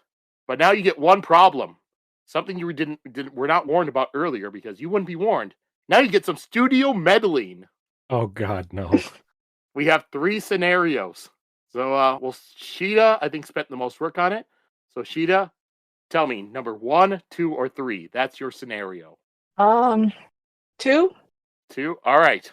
1, the studio, they wanted to try to get, they decided to recast your Sereni. No. You get an actress where, she's done plenty of comedy sort of stuff. She has been in a serious role before and has won a Golden Globe for it. But she's also 5'1". So your Sereni has been replaced with Aquafina. Oh my god. No. All God, right. I'm glad it wasn't me. No. Oh, Justin, scenario 1 or wait, 3? Sheta had the best Sereni too. That's so sad. I know. I love that's the lead. Also, it's funny because she's the perfectest one. That she's very tall, and she gets replaced with the shortest person. Justin, 1, 3. Oh God, I'll go 3. 3? All right. Well, your Wraithen has been recast. Damn it, I liked him. Your Wraithen, they had to use a time machine for it, but throughout it, they really felt like Wraithen just needed more comedy to it. And since Wraithen throughout the story gets no respect from Dilaf, they have decided to replace your Wraithen with mid-80s Rodney Dangerfield. No, I don't want. Oh, I forgot to put these pictures in. There's Sheta's new Sereni. Oh no. Here's Justin's new God, no. Wraithen. God, no. Your Wraithen is Rodney Dangerfield. And I get scenario number 1 with the studio, part of the production company. It's an actor's production company. He really sees this and he's like, you know what? This is my chance to be really taken seriously. Maybe get an Emmy or something like that. Play it the same way he plays all of his roles. Fart jokes and all. So now my Raoden has been replaced with Kevin James. Oh God, no. So we'll start with Sheta.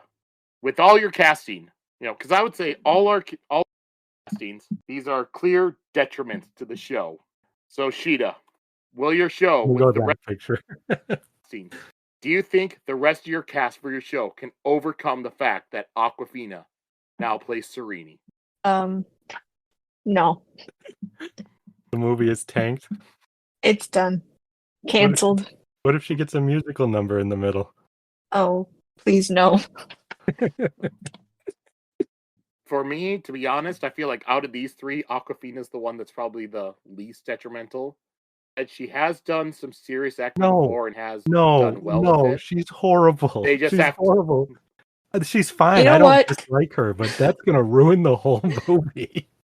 If that happens, everyone's gonna think that it's my character insert. Like, oh God, you're right. Why did you recast? Like, hey, she looks like me. Yeah, I love Aquafina. I really relate with her, but like, everyone's gonna be like, why'd you change her to specifically like an Asian girl, like that's short?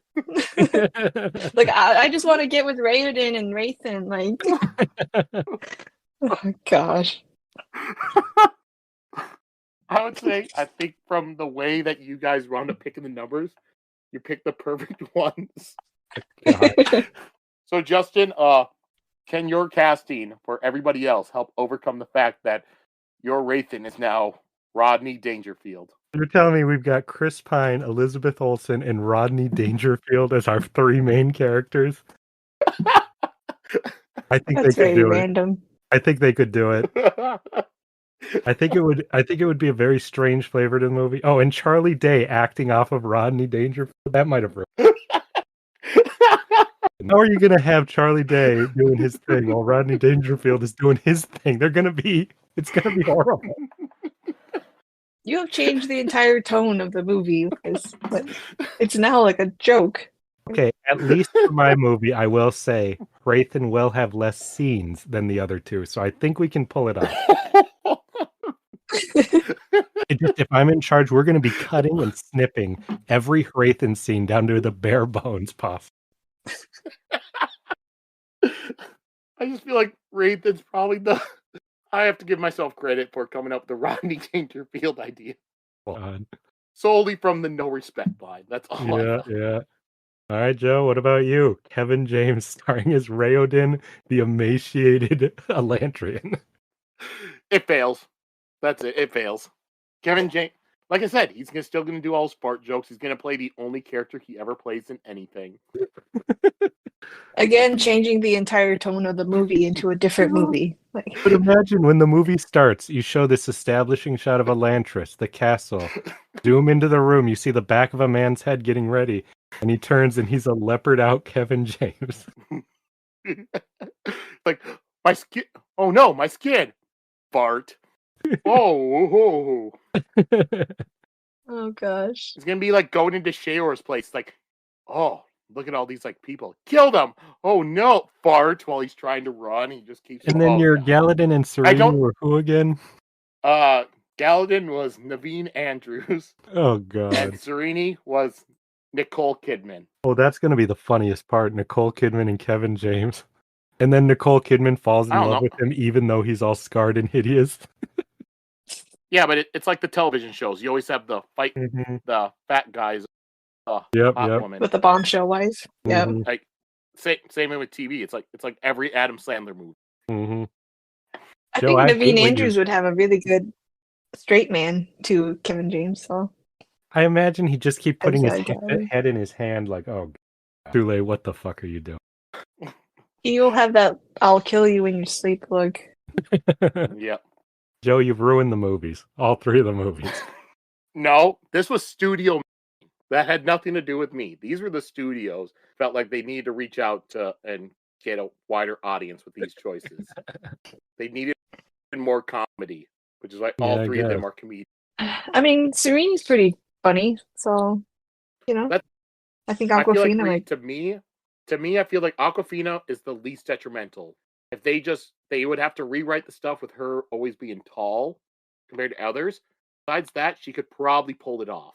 Rodney Dangerfield, they'll just turn them into short jokes. Yeah. Rodney Dangerfield and Kevin James is just a straight no. That the show, it won't work. Or Justin's idea of you pretty much cut Raythan out of the story. Pretty much. Joe, I had Carl Urban in the role. What have you done to me here? I had Grant Gustin got replaced by Kevin James. Carl Urban deserves a leading Hollywood role. He hasn't had a successful one for too long. This could have been his fucking Oscar. Fans are going to be so mad when they find out that he was recasted for a joke. I just want to see Rodney Dangerfield tell Serene, because she'd tell him in this movie that he always loved you. Baby, I always loved you. I don't even know how to start a Rodney Dangerfield impression. Yes, be like touching his neck, like, ooh. Yep. Ooh, is it hot in here? Oh. That's when he sees her for the first time in the place. He's walking his armor. He sees her. He's like, ooh, is it hot in here? Oh, God, no. So the character is going to change now? What? All right, well, that's going to be our all our fan casting. We'll see what it's like when we come back for the Final Empires fan. All right, so with that, we will pretty much be done with Elantris, and we'll move on to next stuff. But before they do that, I do need to tell you guys some stuff with the Cosmere. That way you can have set your expectations and you're not confused or upset. Because it's not any spoiler. It's not really anything that's meant to be a big surprise. It's something that's just kind of known. We'll go through it. And that's that the Cosmere, it's not just like one set narrative of a story all the way through. You wheel it, you start with Eye of the World, go to Great Hunt, and all that. It's different stories. No, I'm sad. So we're going to go into Mistborn, and you will not see any of the characters that you have seen in Elantris. I kind of got that from the epilogue, though. Yeah, That same. this is kind of a standalone story. That this was a big Even- story. Oh, I'd like to see them. Yep. It's going to be a different planet, different magic systems, all that. Because we'll be leaving Elantris, which is on the planet called Sel, S-E-L, and we'll be going to Mistborn, which is on the planet called Scadria. Wow. I can't do that. But we are not going to be done with Elantris. There are still going to be future Elantris books. They're not written yet, but they are coming. So Brandon, he has a book coming out December. Then after that, he's already announced like his next books. He has 5 books planned next. He's going to be writing 1 trilogy and then books 2 and 3 of Elantris. Those are going to be his next projects he's going to be doing. So we'll be going back to Elantris. And we do not much, but we do know just like 1 or 2 things about the next Elantris book. And this goes back to why the kids were in the first one. They're going to be the main characters in the next Elantris. Oh my gosh. It's still going to be the 3 character structure, but it's going to be KZ, Daorn, and Adian. And it will take place 10 years later. So we'll likely still get to see, Raoden and Sereni and stuff, but it's not going to be focused on them. Well, I casted young Drew Barrymore as my Casey, so maybe she can come back and play her in those. I just want to let you guys know, that way when you're looking at these covers for the Final Empire, you're not going to be making all your predictions about what will happen in this book based on, well, Raoden's going to be doing this and Sereni's going to be doing that. That's true. It's also why there are people will start at different starting points with Cosmere. Like a lot of people, they will be starting with the Final Empire and read, the Mistborn stuff first and then read other stuff. Like there's 3 different starting points that work. And that would be either Mistborn, Warbreaker, or Elantris. I chose Elantris because it was his first published book. And, it's that way you're not going to be reading later stuff and go back to his earlier work that may not be as polished. I always prefer to read by publishing order myself, so I'm good with that. Yep. Later stuff will not be directly in publishing order, but it will. I have a reasoning for where I put. But we'll be good. Final Empire next, which would be which was his next book, and this one was published July 17th, 2006, so just a little over a year later. And it'd be either, as I've said before, it's either called Mistborn: The Final Empire. Some of the latings will just say Mistborn. The Final Empire pretty much gets dropped from the cover of the book, but that is the name, is The Final Empire. So once again, I will put the covers up on here, see what you guys' thoughts are. And if anybody out there wants to follow along, I will be posting this to our Twitter at CosmereCron, so you can look at the covers as they do. First one will be the first, cover, the U.S. hardcover. Is this a modern cover? Nope. Oh, we're doing it right now? Yep. Oh, is this James Jean? Looks like it. Looks like it. Being the artist. I'm not gonna know. Okay. He does a lot of comic covers and stuff. Oh, that looks very different. I'm gonna guess we've got mist magic of some sort, where they fly around in the mist. That's all I got. Looks like we got a blind guy up front. That's my observation. Yeah. A lot of very actiony looking. Well, there's multiple weird guys. There's a guy sticking out his... No, there's multiple bald weird guys. So maybe it's some version of Elantrians? I don't know. All right, and I did look it up. Looks like the cover artist for this is John Foster. I see. So that was the original hardcover. With the first mass paperback cover of the United States. What am I even looking? Lady who shoots lightning? That's what I got. Fighting a dude with a scythe in the background. I far prefer the hardcover. Are there centaurs? I don't see that. Animal people. There's a big crow in the front, so maybe there's animal people. I didn't even notice the crow. Next, we'll go with the second U.S. mass paperback cover. Man, Robin Hobb sure loves these books. He's quoted on 2 of them. So this lady's got a mist cape, so there's definitely some mist aspect to the book. That's not just a title. We got another city in the background, so Yeah, I don't know. This almost looks like a young adult novel cover, honestly. Yeah. Looks like this one might be starring a female lead, though. Not that Sereni wasn't a female lead, but Yeah, she wasn't the lead. she also has a little dagger and everything. One other time she had a dagger. Oh, This kind of looks like a superhero comic or a superhero book. because of the cape. The cape, the It flying around, the action. looks like one of those teen novels where they've got like a power and they're fighting the government, you know? That's funny. Now, this one will be the 4th U.S. mass paperback cover. We got a stained glass window being blown open by some light, so I wonder if religion is another back to this book. Yeah, that's true. I'm getting a lot of those vibes. And it's like a big cathedral type building. They really do a good job at Yep, throwing it a is. light at with these covers. Was that Sheta? It is your teen rebellion against the authority. The next will be another U.S. cover. It said it was young adult paperback, so I don't know exactly what that meant, but some sort of way that was marketed as young adult. Yeah, that looks like a young adult cover. A more photorealistic girl sneaking around in the mist with some daggers. Oh, for sure. This is Arya's spin-off book.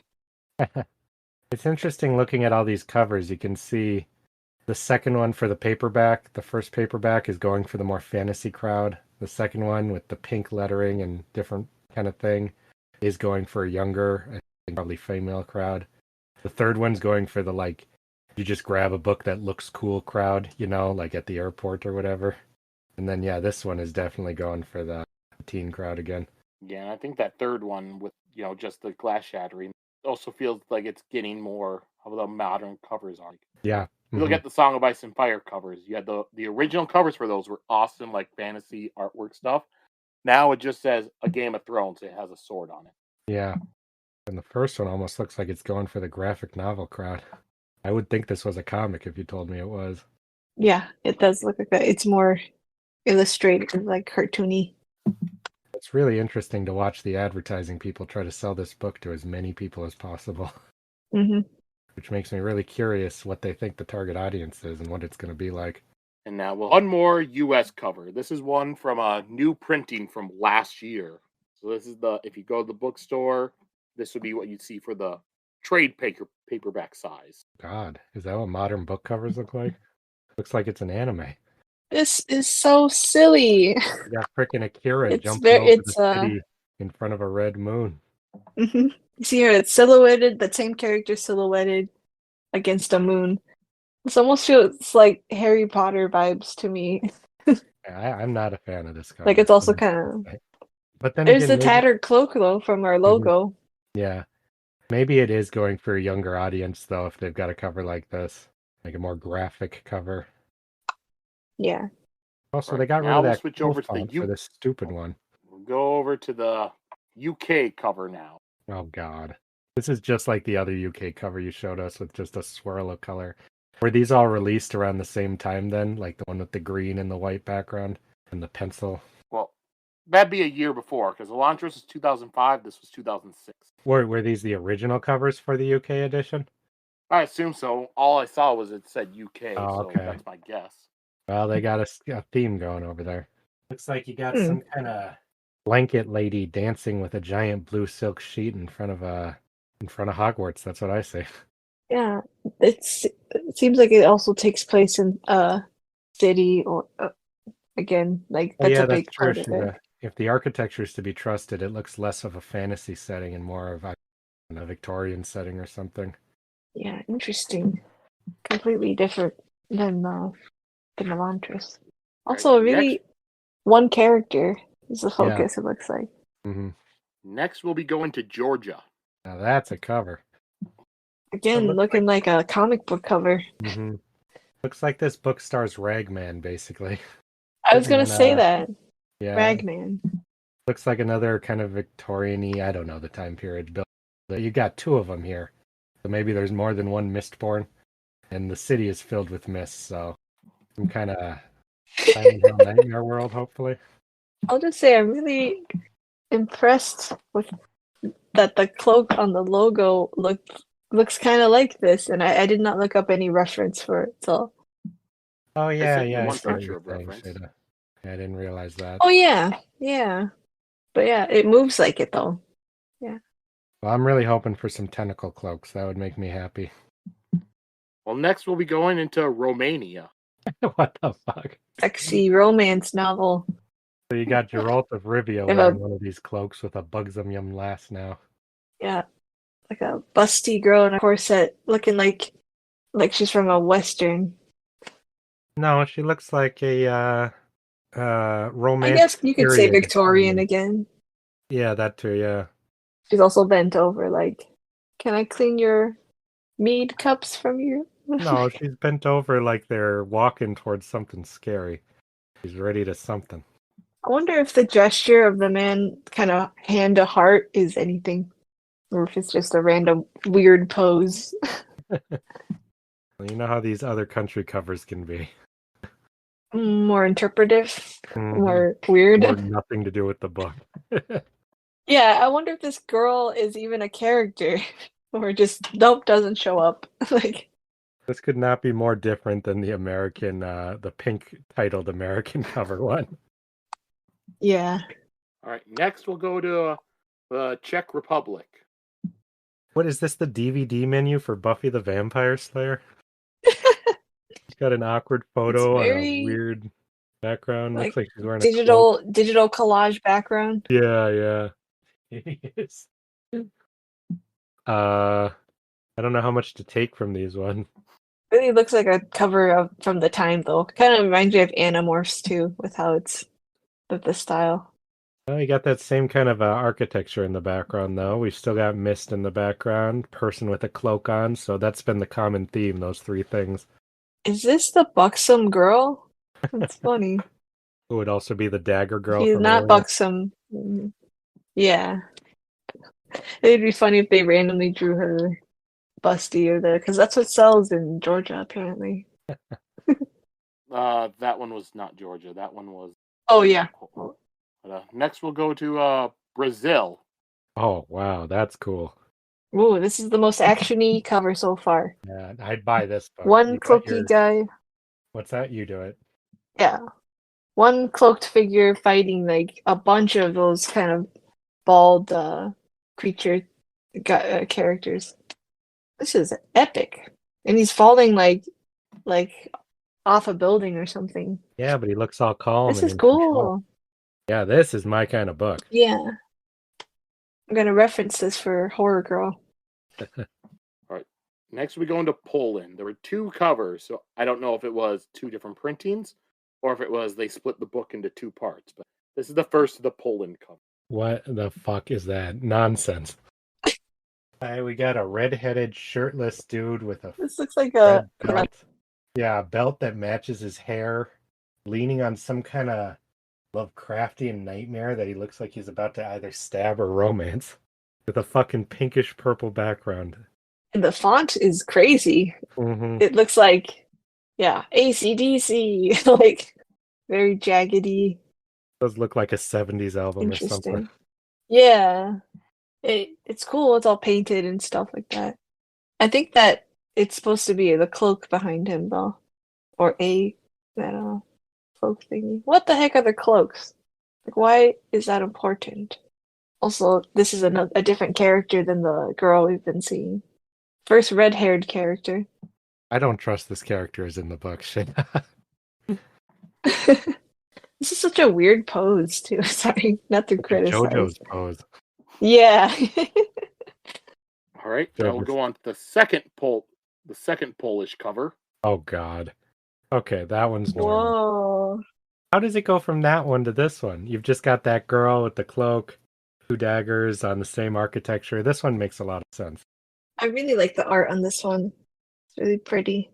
It looks kind of like, yeah, it's just really pretty. And the clothes look really cool. Kind of like Birds of Prey, the show. Like jumping off rooftops. I'm getting a lot of Gotham City vibes from this town. This looks like it's going to be very different. Mm-hmm. All right, and then Yeah, next I'm we excited. will go to Spain. What the fuck? Bald, negative colored dude Huh? screaming. I have The no font comment. is so strange. Is there no one like in control of all the covers? Like, do they Each just make area up will their have a own thing? They have localization their. team, Sheta. So I see. That yeah, makes each sense. country will think, how do we sell this in this country? And the more of a language barrier you have between, I've noticed, the more freedom the country has on what they do sometimes too. This is the weirdest one. I I would not pick up this book if I saw this. I'd be That's how like, you know you're no not thanks. Brazilian, Sheta. I just don't Spanish. want some. It's just so weird. Like a weird bald old man with an earring screaming at me. Like I don't want to read this book. Yeah, I guess I'm not the audience here. All right. Next, we will go with Russia. Looks like a Ooh. D&D guidebook. Yeah. Hey, yeah. All right, these guys are shooting blue balls out of their hand. The mist is blue. So that's something, I assume. Oh, yeah. There was blue mist in the other cover, some other covers too. So Shattered Rogues, Gothic Architecture, Mist. That's what I got. If none of those are in this book, I'm going to be pissed. yeah. We also have that guy who looked like Geralt of Rivia. You think it's the I think same that's dude? the same character. Yep. So him and the one girl, the hooded girl, is a team. Either father, daughter, or lovers, or siblings. Those Can't are some tell from very the different covers. things, Sheta. Just the clues from the covers. So, I mean, maybe it could be all three. All right. One more country will be Japan, and their Oh, book got nice. split into 3 parts. So I'll have the 3 Japan covers. This is the first one. Hell yeah. Wow. Oh, that looks like it's anime Morpheus from Sandman growing a bunch of flowers. This is, yeah, I would pick this up if I saw this cover. Hell yeah. Looks like Attack on Titan, like meets, what's that one with this kind of blue power? Blue Exorcist? Yeah, yeah. The devil guy, Because right? the outfit kind of looks like, yeah, the outfit looks like their raid outfits, you know. And she looks kind of like Mikasa on this cover. Interesting. All right. So now the second Japanese cover. Yeah, so it looks like there is a blonde guy involved. You got a Wow, I blonde like dude this cover a lot. throwing a million seeds out of his cloak, and then a girl in red who's all big. And is that the bald guy in the background, that orange thing? Wow, And this is Jehovah back crazy. there? What the heck is this book? Yeah, Joe, these Japanese covers are setting our expectations really high. Yeah, I The love seeds. Japanese covers for so many of these because they just have the anime manga look. Mm-hmm. Is he holding like a steering wheel of a ship? I wonder. Well, he's Or is it piloting just the weird Mistborn, architecture? the city ship they all live on, Shita. Wow. Yep, I'm having all this stuff I'm building in my head now. I want the city to be on a ship that flies through the mist. Yep, that's it. That's it. All right. This guy's like Howl's Moving Castle, but with a ship. Mm-hmm. All right. And then one more Japanese cover. Looks like that same girl sitting down. Cute. I've definitely seen this manga before. She's cute. She has the same short black hair, so Yeah, that has to be a thing.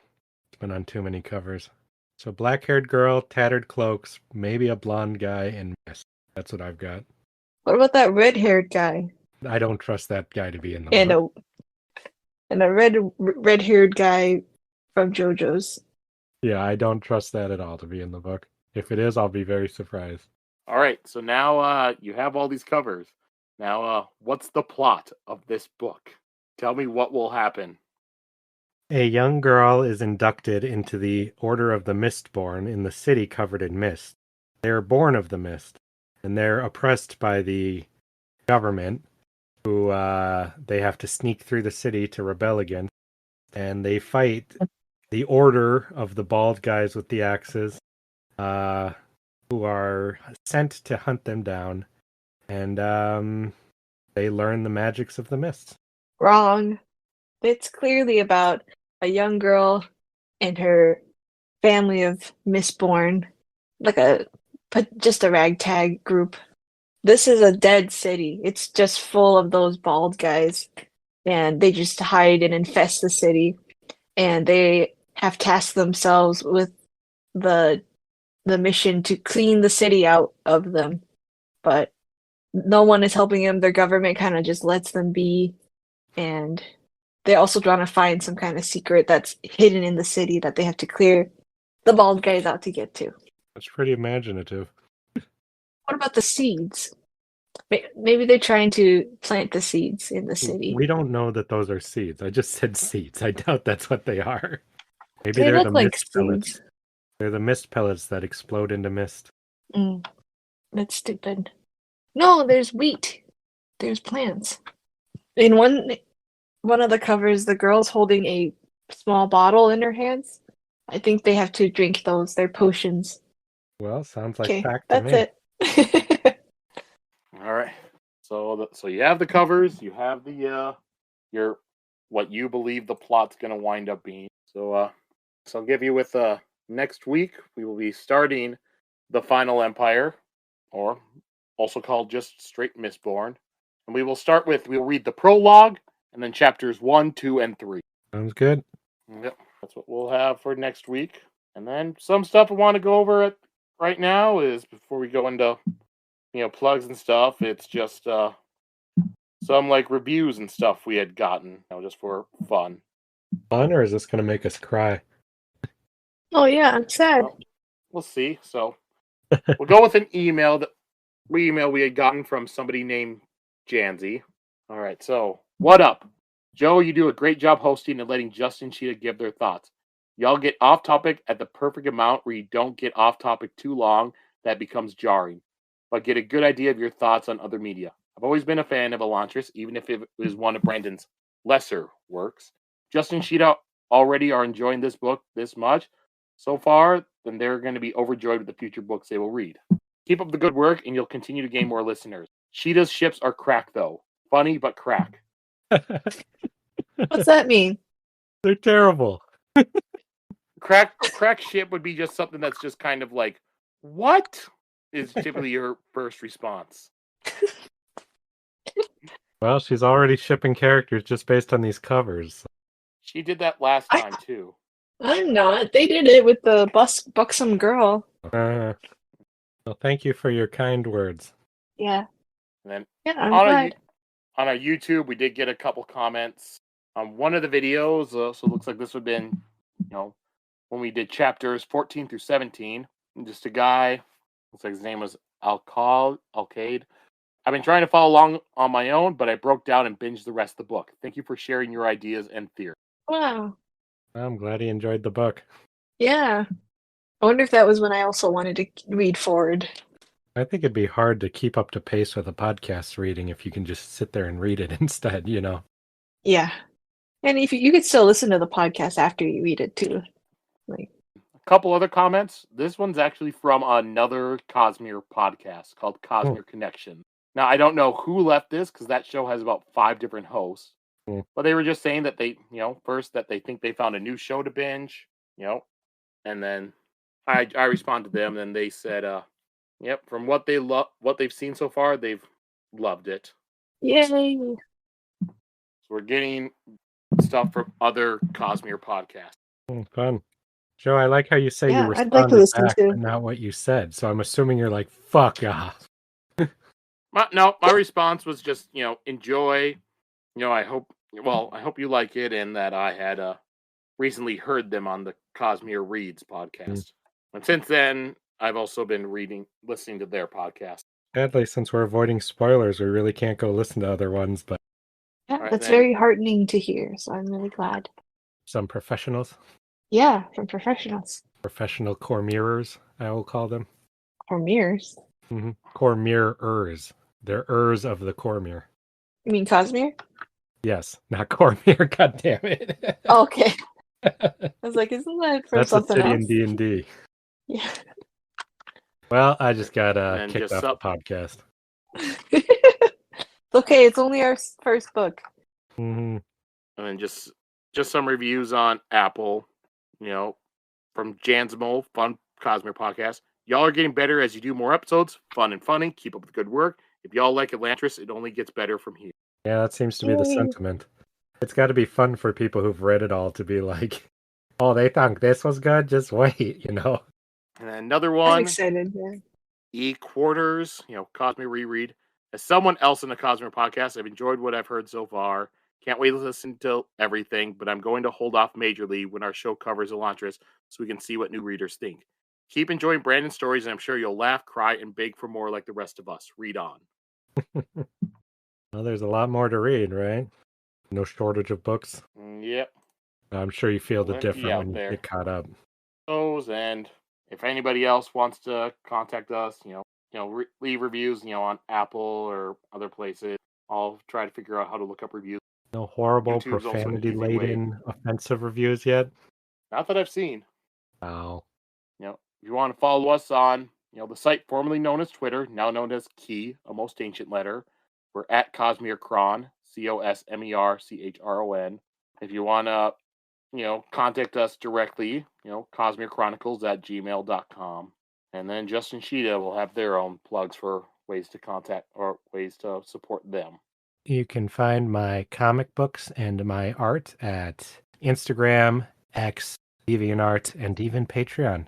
Very exciting stuff if you like stuff that is exciting, so come see it. My Instagram is Sheta_low or mermaid_machete for my cosplay and outfits.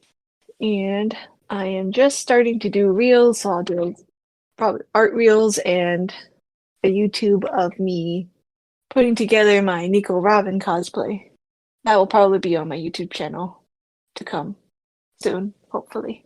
Do you need to correct there is no underscore in Mermaid Machete? Okay.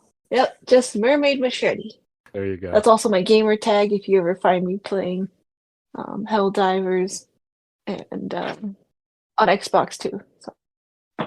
She's not saying she's playing Helldivers on Xbox because that doesn't exist. She's saying it's also that on Xbox as well as PlayStation. Yes, it's also on Xbox as well as PlayStation. All right. Well, I think that's about settles it for all this. To see how this episode will wind up at the end, because so much just random rambling. And yep. So once again, next week, Mistborn: The Final Empire, prologue, and chapters 1 through 3. Until then, everyone, be sure to go out there, eat some White Castle, and have fun. See you later, alligator. Bye, Elantris. For now.